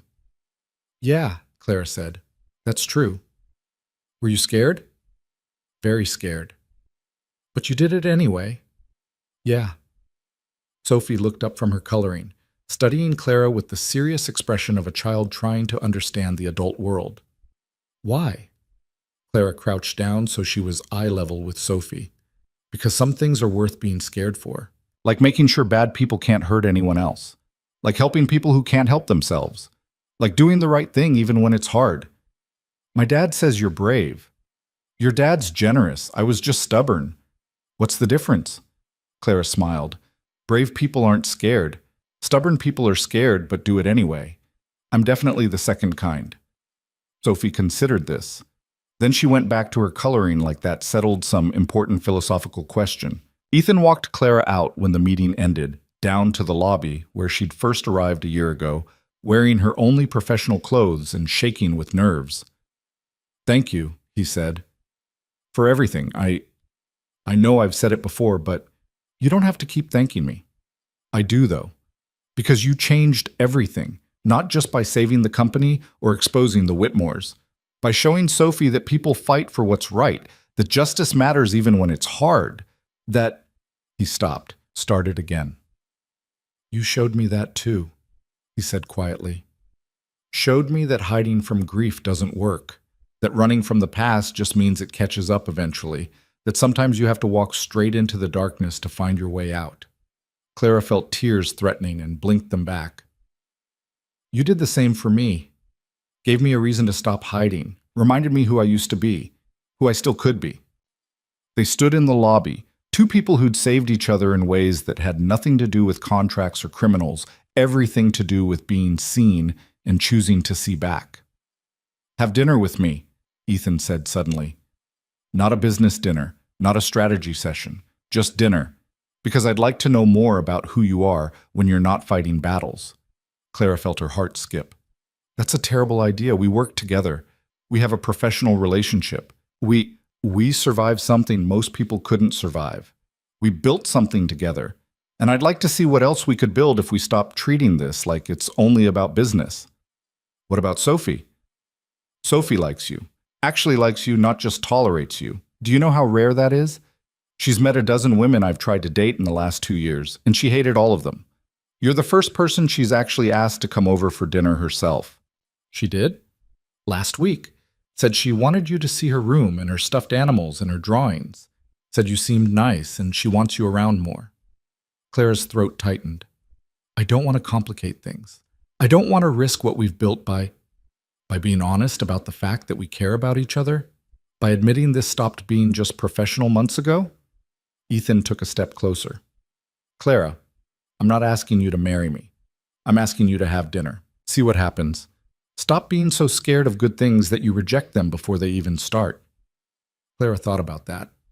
About 3 years of hiding from risk, from connection, from anything that might hurt. About the moment she decided to stop hiding and how terrifying and necessary it had been. About the difference between brave and stubborn. Okay, she said. Dinner. But if this goes badly, if it messes up our working relationship, it won't. You don't know that. No. But I'm willing to risk it. Are you? Clara looked at Ethan Vale, single father, CEO, the man who'd trusted her when she was nobody, who'd fought beside her, who'd shown her what it looked like to care about something more than safety. Yeah, she said finally. I'm willing to risk it. Dinner turned into dinners. Dinners turned into Sophie's birthday party where Clara helped organize games and cut cake and felt like maybe she belonged in this strange little family. Months turned into a year, and one morning Clara woke up in Ethan's apartment to find Sophie climbing into bed between them asking if they could have pancakes for breakfast. It wasn't perfect. Ethan still had nightmares about his father. Clara still flinched when powerful people looked at her too long. Sophie still asked questions about why the bad people had hurt her grandpa and whether they could come back. But it was real. Messy and complicated and real in ways that mattered. 2 years after Marcus Whitmore's conviction, Ethan asked Clara to marry him. They were in his office, their office now, since Clara had officially joined Vale Industries as general counsel, reviewing a contract when he just stopped mid-sentence and looked at her. Marry me, he said. Clara's pen froze halfway through a notation. What? Marry me. Not because it makes business sense, or because Sophie needs a mother, or because it's the expected next step. Marry me because I love you. Because you make me braver. Because I want to spend the rest of my life building things with you. Clara set down her pen with hands that shook only slightly. That's the worst proposal I've ever heard. It's the only proposal you've ever heard. Still the worst. Where's the romance? The planning? The moment? The moment is now. The romance is 2 years of choosing each other every day. The planning is me realizing I don't want a future that doesn't have you in it. Ethan pulled a ring box from his desk drawer. I bought this 6 months ago. Been carrying it around waiting for the perfect moment. Then I realized there's no such thing as perfect. There's just now and you and me asking if you'll take a chance on the future we could build together. Clara looked at the ring, simple, elegant, exactly right, and felt tears she didn't try to stop. Yes, she said. Obviously, yes. They got married 4 months later in a small ceremony with Sophie as flower girl and Professor Hernandez officiating and Richard crying more than anyone else. Marcus Whitmore rotted in prison. Damien served his 5 years and got out to find the world had moved on without him. Dr. Chen died of actual natural causes 8 months into her sentence. And Clara Bennett, former law student, former waitress, survivor, and fighter and woman who'd learned that hiding kept you safe but living made you whole, built a life with Ethan and Sophie that wasn't perfect but was undeniably theirs. She still thought about the people they hadn't saved, Morrison, James Vale, the others whose names she'd never learned. Still wondered if justice that came too late counted as justice at all. But she'd learned something in the years since answering a phone in a restaurant and choosing to get involved instead of staying invisible. She'd learned that perfect justice was a myth, that systems failed more often than they worked, that powerful people usually won, and the best you could do was make winning cost them something. She'd learned that bravery and stubbornness were the same thing looked at from different angles, that sometimes doing the right thing meant doing the scary thing, that hiding kept you safe, but living meant risking everything and being brave enough, stubborn enough, to believe it was worth it. On quiet nights when Sophie was asleep and Ethan was working late, and Clara sat alone with her thoughts, she sometimes pulled up the news coverage of Marcus Whitmore's conviction, watched him being led away in handcuffs, reminded herself that monsters could be stopped, that voices mattered, that one person choosing to speak up could change everything. Then she'd close her laptop and go check on Sophie, who slept surrounded by stuffed animals and drawings, and the particular security of knowing her father and Clara would fight anything that tried to hurt her. And Clara would stand in that doorway thinking about all the versions of herself she'd been: the ambitious law student, the broken accused cheater, the invisible waitress, the fighter, the survivor, the wife, the mother figure, and realize they were all the same person, just someone trying to do right in a world that made right hard to find. The phone she'd answered in Meridian had changed everything. But the real change had been choosing to answer in the first place, choosing involvement over safety, choosing to care about a stranger's forgotten phone call and following that choice into darkness and coming out the other side changed but whole. Years later, when people asked Clara how she'd taken down the Whitmore empire, she never knew quite what to say. The true answer, that she'd just refused to look away when it would have been easier, felt too simple, too ordinary. But ordinary courage was still courage. Ordinary stubbornness still changed the world. And Clara Bennett had learned that the difference between being powerless and being powerful wasn't money or position or status. It was the willingness to risk everything for what mattered, and the stubbornness to keep fighting even when losing seemed certain. Those lessons she carried forward into the life she built, into the family she chose, into every contract she reviewed and every case she took and every moment she chose truth over comfort. The silence in her life had shattered years ago, and what grew in its place, messy, imperfect, real, was better than any quiet hiding could have been.